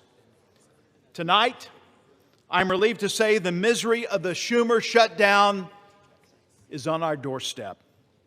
Mr. Speaker, this package proves that when Republicans stay united and put America first, we can govern with strength, compassion, and common sense. Tonight, Mr. Speaker, tonight we will reopen the government and liberate the Schumer hostages. And with that, I yield back. The gentleman yields. The gentleman from Oklahoma reserves. The gentlewoman from Connecticut is recognized. Mr. Speaker, I yield 1 minute to the gentlewoman from California, a member of the Appropriations Committee, Mrs. Torres. The gentlewoman is recognized. Mr. Speaker, I rise in strong opposition of this deeply flawed bill because the American people deserve better. Since Trump returned to office, Republicans have created an affordability nightmare, a mass transfer of hard-earned taxpayers' dollars to billionaires. In my district alone, more than 350,000 people are facing skyrocketing health care costs or cuts to critical services. Republicans shut down the government instead of finding bipartisan solutions to keep care affordable and took a 7-week paid hiatus, during doubling health care costs for working families, cutting off food assistance right before Thanksgiving, and letting Trump spend his holidays pardoning insurrectionists, enriching billionaires, cozying up to dictators, and building himself a new ballroom, all while taking food away from families in need. And now Senate Republicans want to reward themselves with a taxpayer-funded handout. Shameful, shameful, shameful. House Republicans should be here doing their jobs, not making life harder for working families. I urge a no vote. Members are advised to direct their comments to the chair and not to engage in personalities toward the president. The gentlewoman from Connecticut reserves. The gentleman from Oklahoma is recognized. Thank you, Mr. Speaker. Mr. Speaker, I yield 1 minute to my very good friend, distinguished gentleman from Texas and chairman of the House Budget Committee, Mr. Arrington. The gentleman is recognized.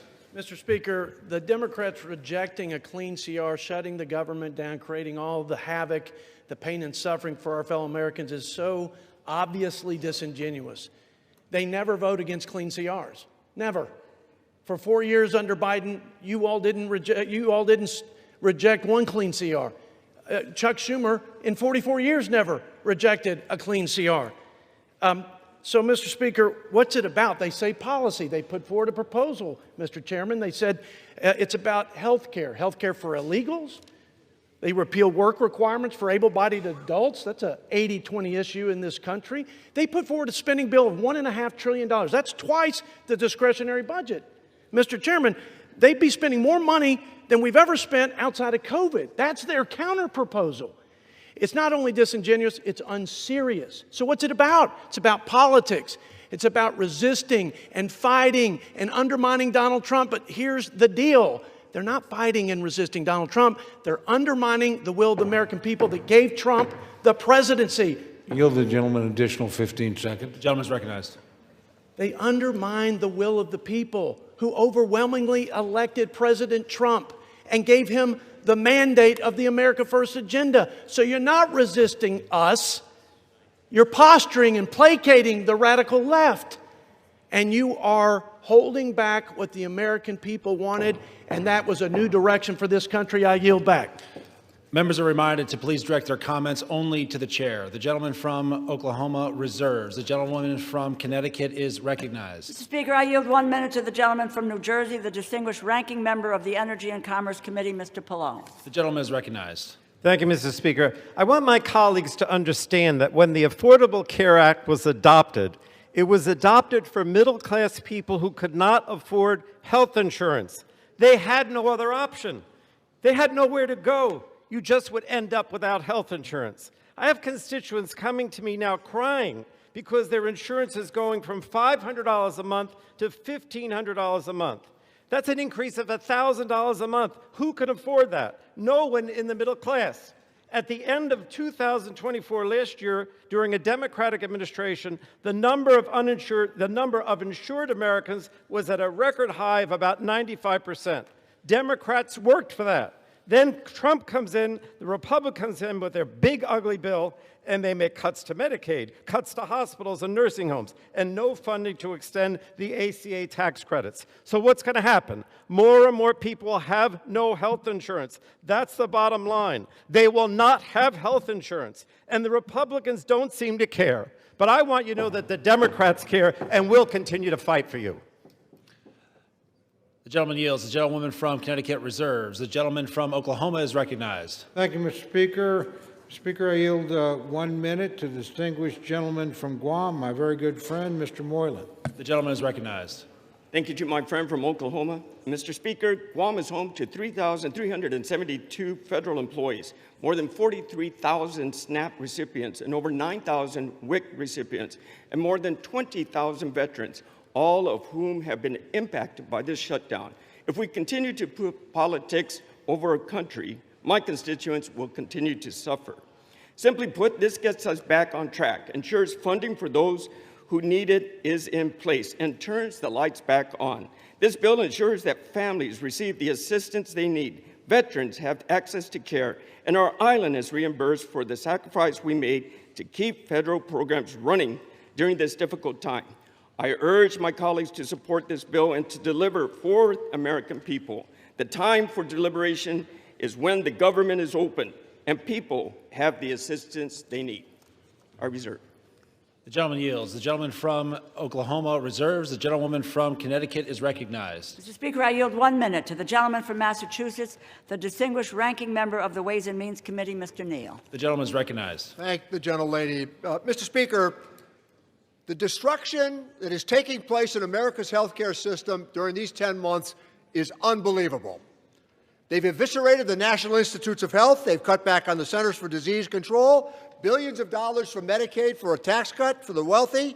Where do you see what's coming to America's hospitals after the next election? It's so contrived they waited until after the election to implement it. 24 million people are likely to lose health insurance if we don't implement these tax credits as suggested. The emergency room is going to be back in full force now because this is where people will go for their health care. All of this is taking place to justify a tax cut for people at the very top. And here's the real kicker. Our Republican colleagues of fiscal probity borrowed the money for the tax cuts. In 2017, it's $2.4 trillion. In the last tax bill, almost $4 trillion is borrowed for a tax cut for wealthy people.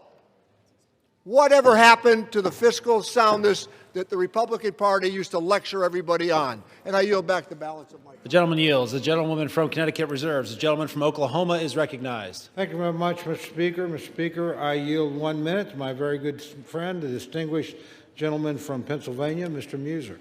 The gentleman is recognized.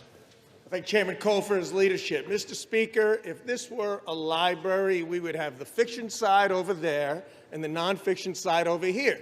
The only thing that's not fiction, however, is their consistent criticism of the health care system known as Obamacare that they created. That's what this fight seems to be about.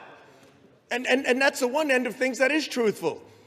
Today, Mr. Speaker, after 6 weeks of no pain, lots of pain and no gain, they're going to vote again to keep the government closed. They're going to vote again. They're whipping their votes so they would not be paying federal workers. They won't be funding essential programs like SNAP and undo the chaos at our airports. Okay, I spent the last 43 days in my district talking with these groups, talking with SNAP, talking with Head Start, seeing their pain, realizing it, understanding it. Some of my colleagues did the same, but shockingly, they're still going to vote to keep the government closed and keep this funding from being delivered. It's time to fix the damage the Democrats have caused. With this vote tonight, Republicans will restore SNAP payments. We'll get TSA and air traffic control. Yield the gentleman an additional 15 seconds. And you know what, thank you, Chairman. And you know what, Mr. Speaker? Yesterday was Veterans Day. Veterans didn't fight for the red. They didn't fight for the blue. They fought for the red, white, and blue. Maybe tonight we can we can follow their example. I yield back. The gentleman yields. The gentleman from Oklahoma reserves. The gentlewoman from Connecticut is recognized. Mr. Speaker, I yield 1 minute to the gentlewoman from Washington, Ms. Del Bene. The gentlewoman is recognized. Thank you, Mr. Speaker. This bill fails to address the fundamental needs of families across our country. Americans have made it crystal clear that affordability is their #1 concern. President Trump and Republicans promised to lower costs on day one, and that's been one big broken promise. Healthcare premiums are skyrocketing because Republicans refuse to extend the ACA tax credits, causing healthcare costs to go up for everyone. Over 4 million people will be forced off their coverage next year because it's too expensive. This is on top of soaring prices for food, energy, and housing. It's unacceptable for the wealthiest nation in the world. Republicans who say they support affordable health care should be standing up for their constituents rather than following in line behind President Trump. I'm going to keep fighting for affordable health care and lower costs. The American people deserve better. I yield back. The gentlewoman yields. The gentlewoman from Connecticut reserves. The gentleman from Oklahoma is recognized. Thank you very much, Mr. Speaker. Mr. Speaker, I yield 90 seconds to my very good friend, the distinguished gentleman from Texas, Mr. Gooden. The gentleman is recognized. Thank you, Mr. Speaker. Throughout this sham and shame of a shutdown, we've heard so many lies from the Democrats. And over the last 45 days, and especially the last 45 minutes, I've heard them say this is an evil bill. Republicans don't care about the disabled. Trump is the worst president in history for children. They've said that Republicans are to blame for the fentanyl crisis. Republicans shouldn't take photos with veterans. January 6th, of course they mentioned that. Republicans are corrupt, and they've said that Republicans are starving kids. What they haven't said is the one thing that this bill does, which is open up the government. Not one Democrat is getting up here saying this bill opens the government. So let me remind them and my colleagues and the American people, this bill opens the government tonight. And the American people have Republicans to thank for ending this shutdown and opening the government. I urge a yes vote. I am proud to vote yes. And I am so disappointed in my Democratic colleagues because for the life of me, throughout my time in the House, I've heard them talk about how wonderful it is to keep the government open and that a shutdown is so bad and can never happen. And tonight they won't even admit that this bill opens the government and this is what we need for this country tonight. So I urge a yes vote and I yield back. The gentleman yields. The gentleman from Oklahoma reserves. The gentlewoman from Connecticut is recognized. Mr. Speaker, I yield 1 minute to the gentlewoman from California, Ms. Barragan. The gentlewoman is recognized. Thank you, Mr. Speaker. I oppose the Republican spending bill that makes health care more expensive for hardworking Americans. While Republicans were on their 7-week-plus vacation, all our constituents were receiving notices of premium increases. A constituent of mine, a lifelong educator, has been told that her premiums will jump from $383 to nearly $1,000. Meanwhile, Trump and Republicans can find money for a fancy ballroom. They can give tax breaks to billionaires. And they even included millions of dollars in cash payouts in this bill for 8 Republican senators. If anyone else in government gave themselves millions in taxpayer money, they would go to prison. But for Americans trying to afford health care, not $1 in tax credits. House Democrats are united against this corrupt bill and will keep fighting to protect America's health care. I urge my colleagues to reject this bill. I yield back. The gentlewoman yields. The gentlewoman from Connecticut reserves. The gentleman from Oklahoma is recognized. Thank you very much, Mr. Speaker. I yield myself such time as I may consume. Mr. Speaker, it's been an interesting debate. Frankly, as a couple of my colleagues have suggested, a lot of the rhetoric on the other side hasn't had much to do with the legislation in front of us. My friends chose all on their own to shut the government down 43 days ago. During that time, soldiers have had to worry about getting paid. The only reason they were paid is the President of the United States managed to pull a rabbit out of the hat twice, or we've had military families completely unpaid. We have our air traffic controllers. Most of us flew here today or yesterday or in recent days. They're keeping the skies as safe as they can, but they haven't gotten paid. We're in this Capitol building. We're under the protection of the Capitol Police. They do a splendid job. They keep doing their job. They haven't been paid. We have people that are in desperate need of some of the services that this government has promised to give them. SNAP and WIC, that's at risk unless we pass this legislation tonight. So we can have all these debates about all these other issues. As a matter of fact, my friend the Speaker, his counterpart in the United States Senate, the Majority Leader, and the President said, when you open the government, we'll be happy to talk to you about some of these issues. But you're not going to shut down the government, punish the American people, put people's lives at risk, and think we're going to sit down and negotiate with you under those circumstances. That is not going to happen. We told you 43 days ago, from bitter experience, government shutdowns don't work. They never achieve the objective that you announced. And guess what? You haven't achieved that objective yet, and you're not going to. We did the same thing twice, so I'm not saying that we've got clean hands over here. You guys did it on DACA, didn't work here, not going to work here. Only people that have suffered have been the American people, the people that we're all here to serve. So let's keep the focus on getting the government back open. I would also add, and I appreciate this very much, there have been robust discussions back and forth, and we have 3 appropriations bills attached to this. They're appropriations bills that do important things. The Ag bill will make sure that people that rely on WIC and SNAP don't have to worry about another government shutdown between now and September 30th of next year. The Ledge Branch bill will make sure that the Capitol Police and everybody else at staff that allow this chamber to function don't have to worry about not getting paid until September 30th of next year. And obviously, military construction and, more importantly, veterans rely on benefits commitments we have made. Passage of this bill makes sure that those commitments will be fulfilled between now and September 30th next year. And we buy the time to sit down and rationally and responsibly negotiate other appropriations bills that we can bring, I hope, in a bipartisan basis to this floor to keep the government open. So I would just ask my friends to reflect on that. I hope some of you feel the weight of that decision. I know you do. And I hope you can vote to keep the government open. There's no excuse to shut it down. The United States Senate operated to keep it open in a bipartisan fashion. Now, it took them a long time to do it, but they got there. Let's not follow that example. Let's follow when they finally got the job done, they sent us a product. It's not a perfect product. It's got some things in it I don't like. But frankly, if we kept the government open, we would have never been in this situation in the first place. So I would just ask my friends to remember their constituents. I know they think about them. I know they're serious about the points they make. Reopen the government. Raise your issues. Let's see if we can come to a negotiated settlement. But let's not punish the American people. A no vote on this, again, means soldiers and military families don't get paid.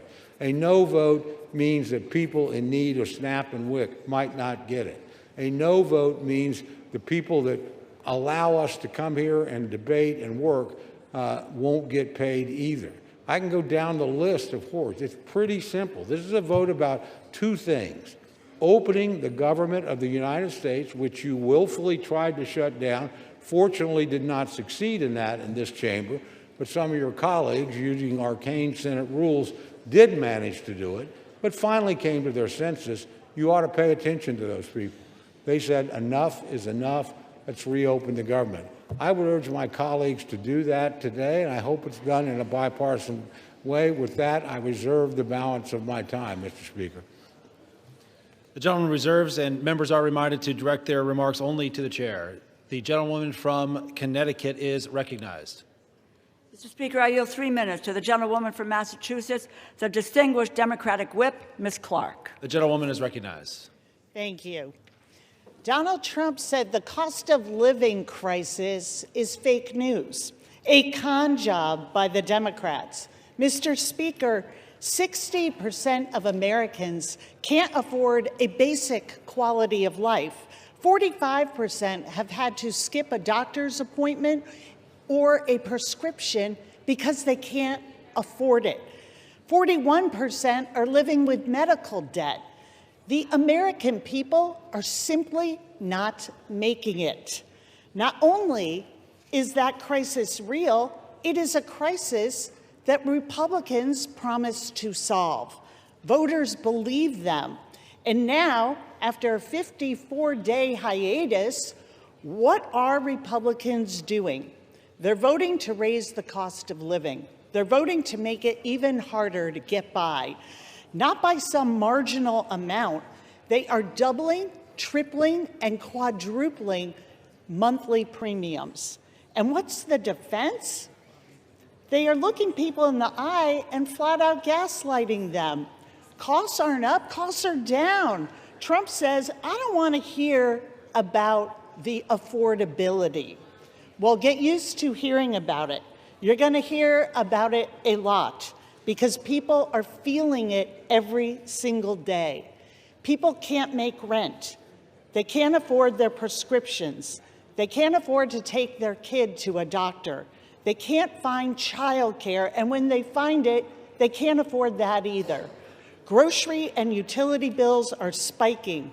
This is the crisis of our time, and it's about to get exponentially worse because the GOP's craven allegiance to billionaires over working people. The cost of living crisis is not fake news. It's not a perception issue. It is daily life for the people that we all represent. So let's do something about it. Let's reject this budget. Let's stop the health care cuts. Let's stop the premium hikes. Let's stop the hospital closures. And let's stop the billionaire giveaways. I yield back. The gentlewoman yields. The gentlewoman from Connecticut reserves. The gentleman from Oklahoma is recognized. Thank you, Mr. Speaker. I reserve. The gentleman reserves. The gentlewoman from Connecticut is recognized. Mr. Speaker, this bill fails to prevent health care costs from skyrocketing. It fails to address the crisis of affordability. It fails to keep our promise to veterans. It provides a $1 million jackpot to 8 senators. It fails to protect Congress's power of the purse. I encourage my colleagues to vote no, and I have the honor of yielding 1 minute to the gentleman from New York, our distinguished Democratic leader, Mr. Hakeem Jeffries. The gentleman is recognized. Thank you, Mr. Speaker, and I thank the distinguished gentlelady, the top Democrat on the House Appropriations Committee, for yielding and for her steadfast leadership on behalf of working families, hard-working American taxpayers in the great state of Connecticut and all across America. Mr. Speaker, I rise today in strong opposition to this woefully inadequate spending bill that fails to decisively address the Republican health care crisis and fails to extend the Affordable Care Act tax credits for tens of millions of Americans.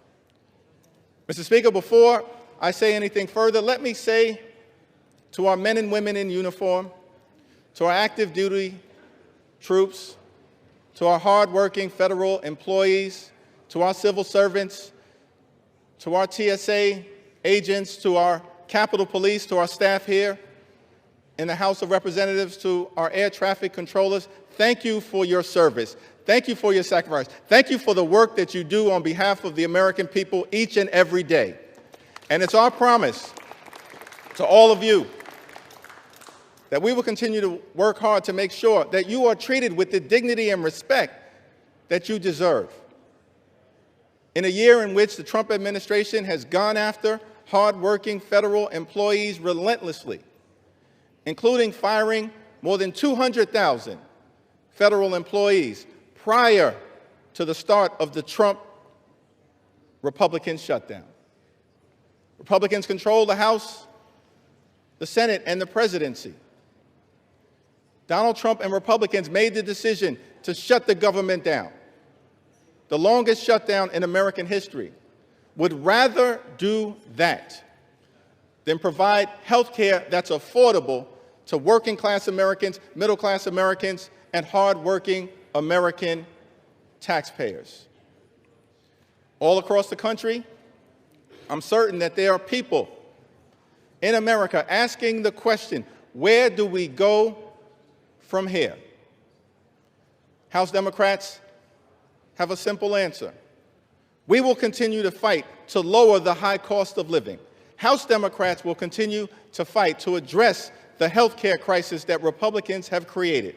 And House Democrats will continue to fight to extend the Affordable Care Act tax credits for tens of millions of Americans. This fight is not over. We're just getting started.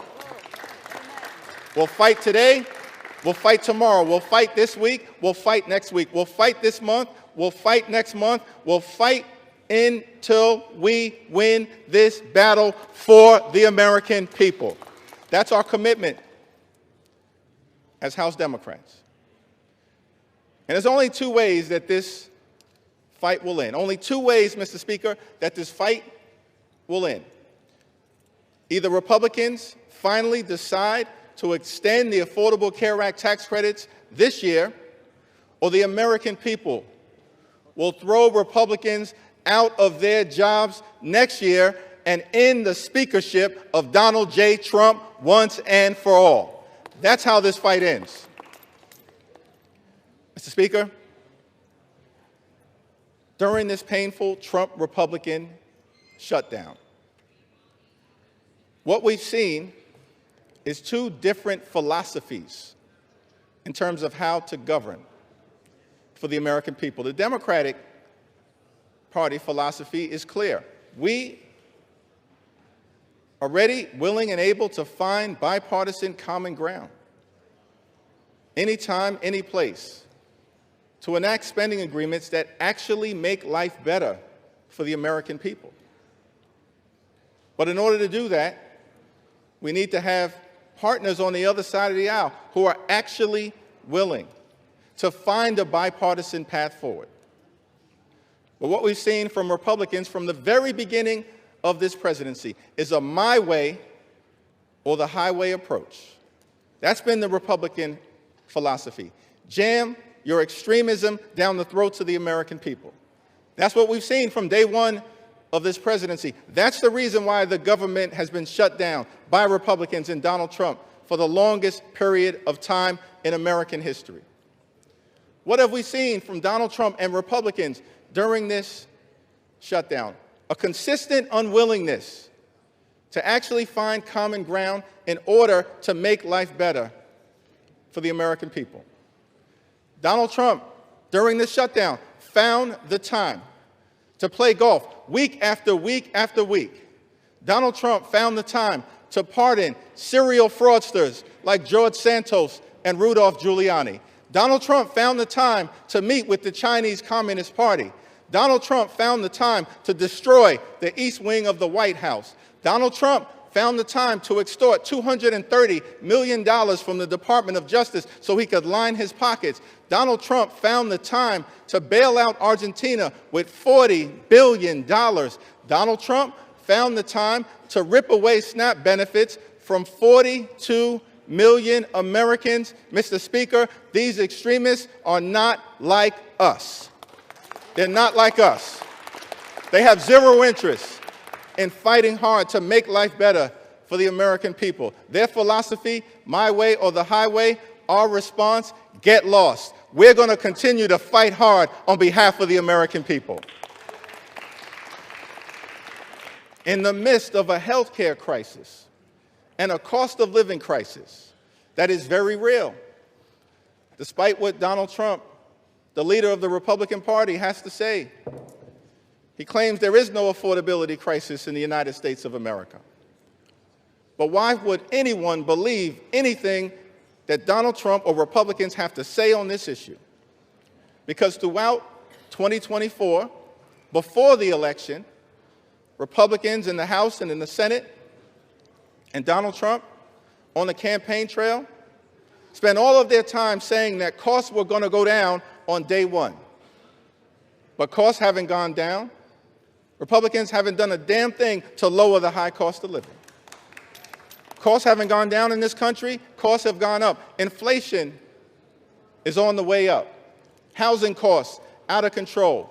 Grocery costs, out of control. Electricity bills, out of control. Healthcare costs, skyrocketing, out of control.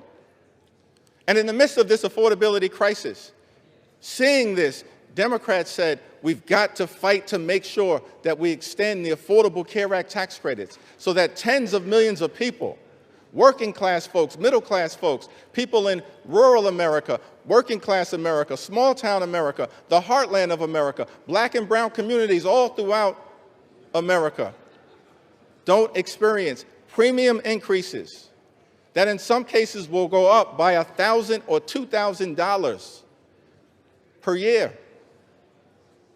In many cases, month after month after month, $1,000 or $2,000 per month, tens of thousands of dollars per year. Unacceptable in this country, the wealthiest country in the history of the world. And this is in the midst of a Republican health care crisis. Republicans enacted the largest cut to Medicaid in American history, ripped health insurance away from 14 million Americans. As a result of Republican policies, hospitals, nursing homes, and community-based health centers are closing all across America, including in rural parts of this great country of ours. And now, because of Republican refusal to extend the Affordable Care Act tax credits, tens of millions of Americans are at risk of being unable to afford to go see a doctor when they need one. In this country, the wealthiest country in the history of the world, it can't be the case that health care is simply a privilege for the wealthy, the well-off, and the well-connected. Mr. Speaker, that's the Republican perspective. We believe as Democrats that health care has to be a right, and a right that's affordable and available to every single American in the United States.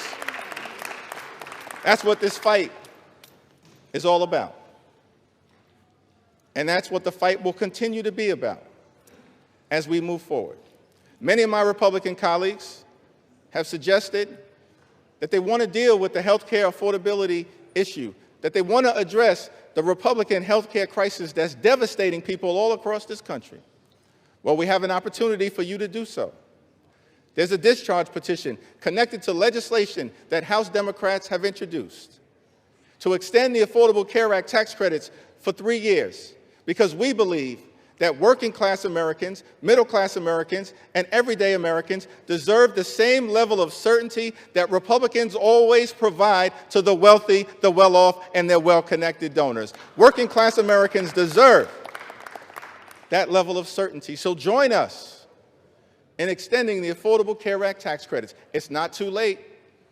We're in the midst of open enrollment, but the tax credits expire on December 31st. And we will stay on this issue until we get this issue resolved for everyday Americans. Mr. Speaker, as I close, I've had the opportunity, as many of us do, to serve in the United States Congress with legendary figures, too numerous to mention. Legendary members, of course, Speaker Emerita Nancy Pelosi, Steny Hoyer, the great Jim Clyburn, Maxine Waters, Elijah Cummings, Charlie Rangel, our own Marcy Kaptur, the longest-serving woman in the history of the United States House of Representatives. We've all had the opportunity to serve with legendary members, John Dingell, too numerous to mention. But one can't call that roll without calling the name of the great John Lewis. I had the distinct honor of serving with John Lewis for several terms. Many of us here in the House of Representatives did. I'll never forget, on my first day in the Congress, I had the opportunity to meet John Lewis for the first time in person. And he called me over to see him on the House floor, and he just asked me a simple question. He said, "Are you the new guy?" And I said, "Yes, sir, Mr. Lewis, I am." And he said, "Well, we're colleagues now. You don't have to call me Mr. Lewis. You can call me John." I said, "Yes, sir, Mr. Lewis, I understand." And then he said to me, "You're from Brooklyn, right?" Now, Mr. Speaker, I got to be honest, I was tempted to say, Brooklyn is always in the house. But instead, since my mother raised me with some sense, Lenita Jeffries, I said, "Yes, sir, I'm from Brooklyn." And then he said something to me that I've never forgotten. He said, "Well, I hear some positive things about you from your predecessor, but Washington, D.C., young man, can be a rough place. So I don't want you to get into any trouble unless it's good trouble." And I just wanted to stop by on the House floor to make sure it was clear to the American people that the spirit of John Lewis lives amongst House Democrats, and we will continue to get into good trouble to make their life better. That's our commitment to every single American all across this country, from this day and for every day moving forward. And it was John Lewis who said to us that ours is not the struggle of one day, 1 week, or 1 year. Ours is the struggle of a lifetime, and maybe even many lifetimes. And each one of us in every generation must do our part. Mr. Lewis, we love you.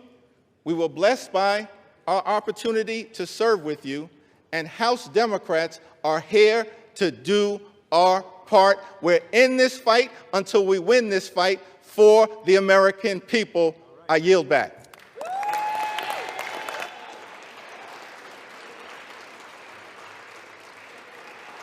The gentleman yields. Members are reminded to refrain from engaging in personalities towards the president. The gentlewoman from Connecticut has 30 seconds remaining and is recognized. I yield back the balance of my time. The gentlewoman from Connecticut yields. The gentleman from Oklahoma is recognized. Thank you very much, Mr. Speaker. It's my distinct pleasure to yield the balance of our time to the distinguished Speaker of the House, my very good friend and a person I admire greatly. 1 minute. 1 minute. I'm actually just going to hold you to 1 minute, Mr. Okay. Speaker. My good friend, the gentleman from Louisiana, Speaker Mike Johnson. The gentleman from Louisiana is recognized. Thank you.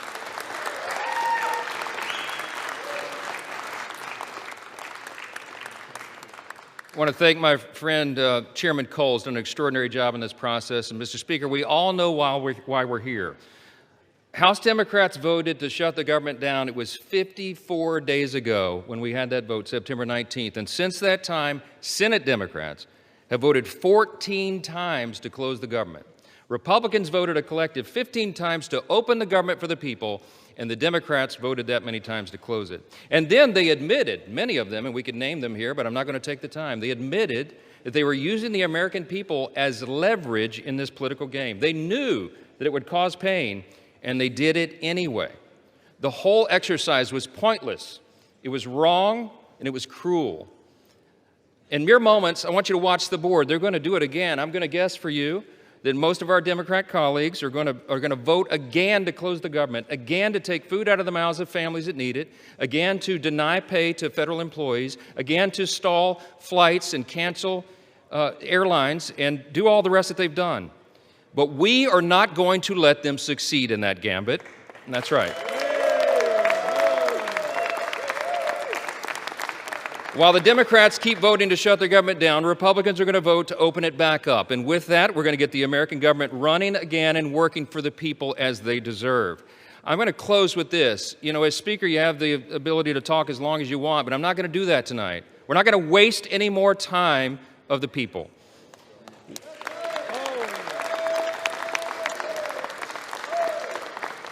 I'm just going to say this. I think that everybody needs to remember this one simple thing.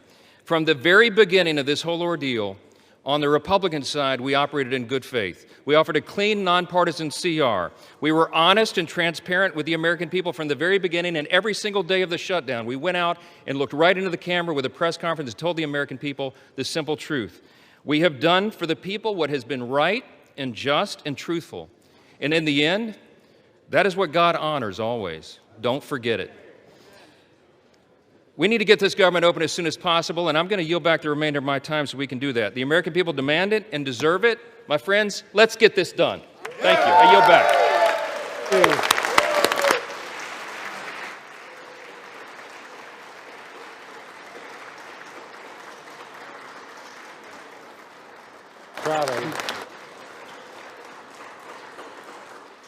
The gentleman yields. The gentleman from Oklahoma has 3 minutes remaining and is recognized. I yield back the balance of my time. The gentleman yields. All time for debate has expired. Pursuant to House Resolution 873, the previous question is ordered. The question is on the motion by the gentleman from Oklahoma, Mr. Cole. All those in favor say aye. All those opposed say no. In the opinion of the chairs, the ayes have it. For what purpose does the gentleman from Connecticut stand? Mr. Speaker, I request the yeas and nays.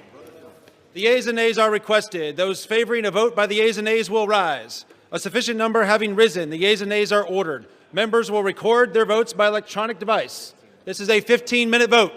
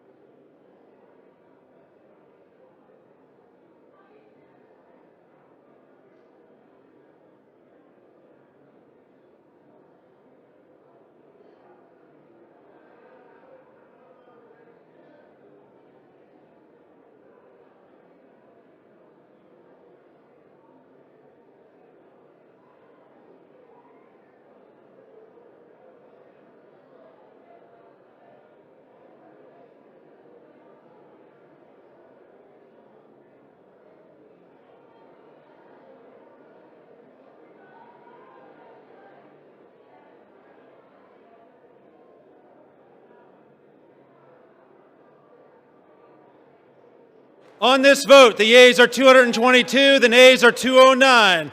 The bill is passed. The motion is adopted.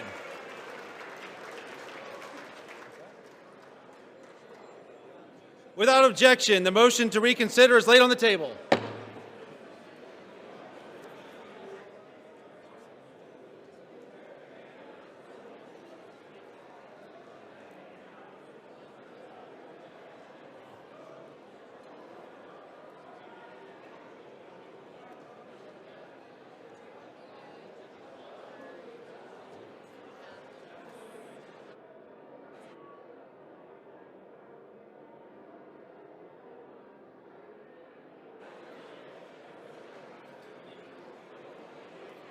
When you get the House in order.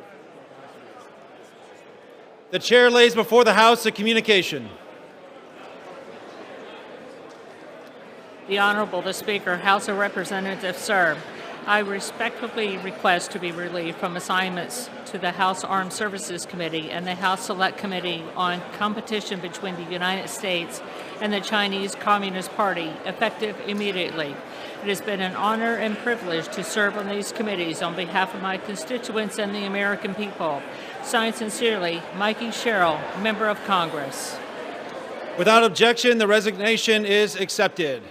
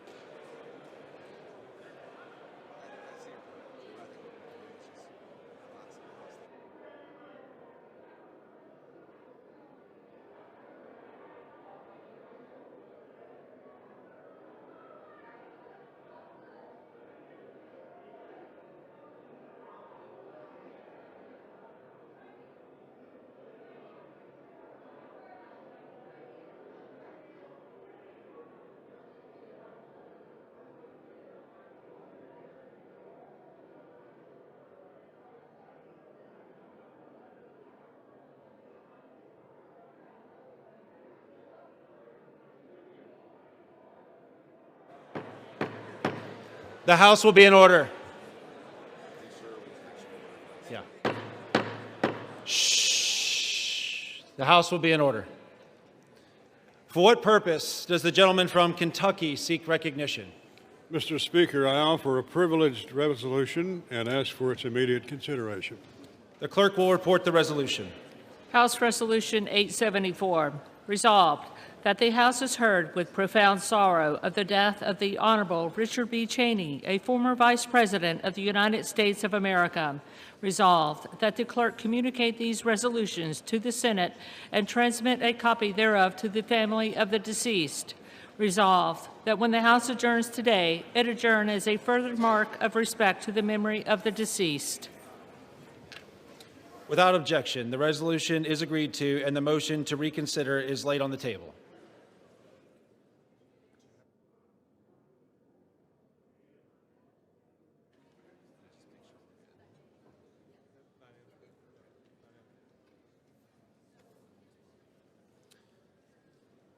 Pursuant to Clause 13 of Rule 1 and House Resolution 874, the House stands adjourned until 9 a.m. tomorrow as a further mark of respect to the memory of the late Honorable Richard B. Cheney.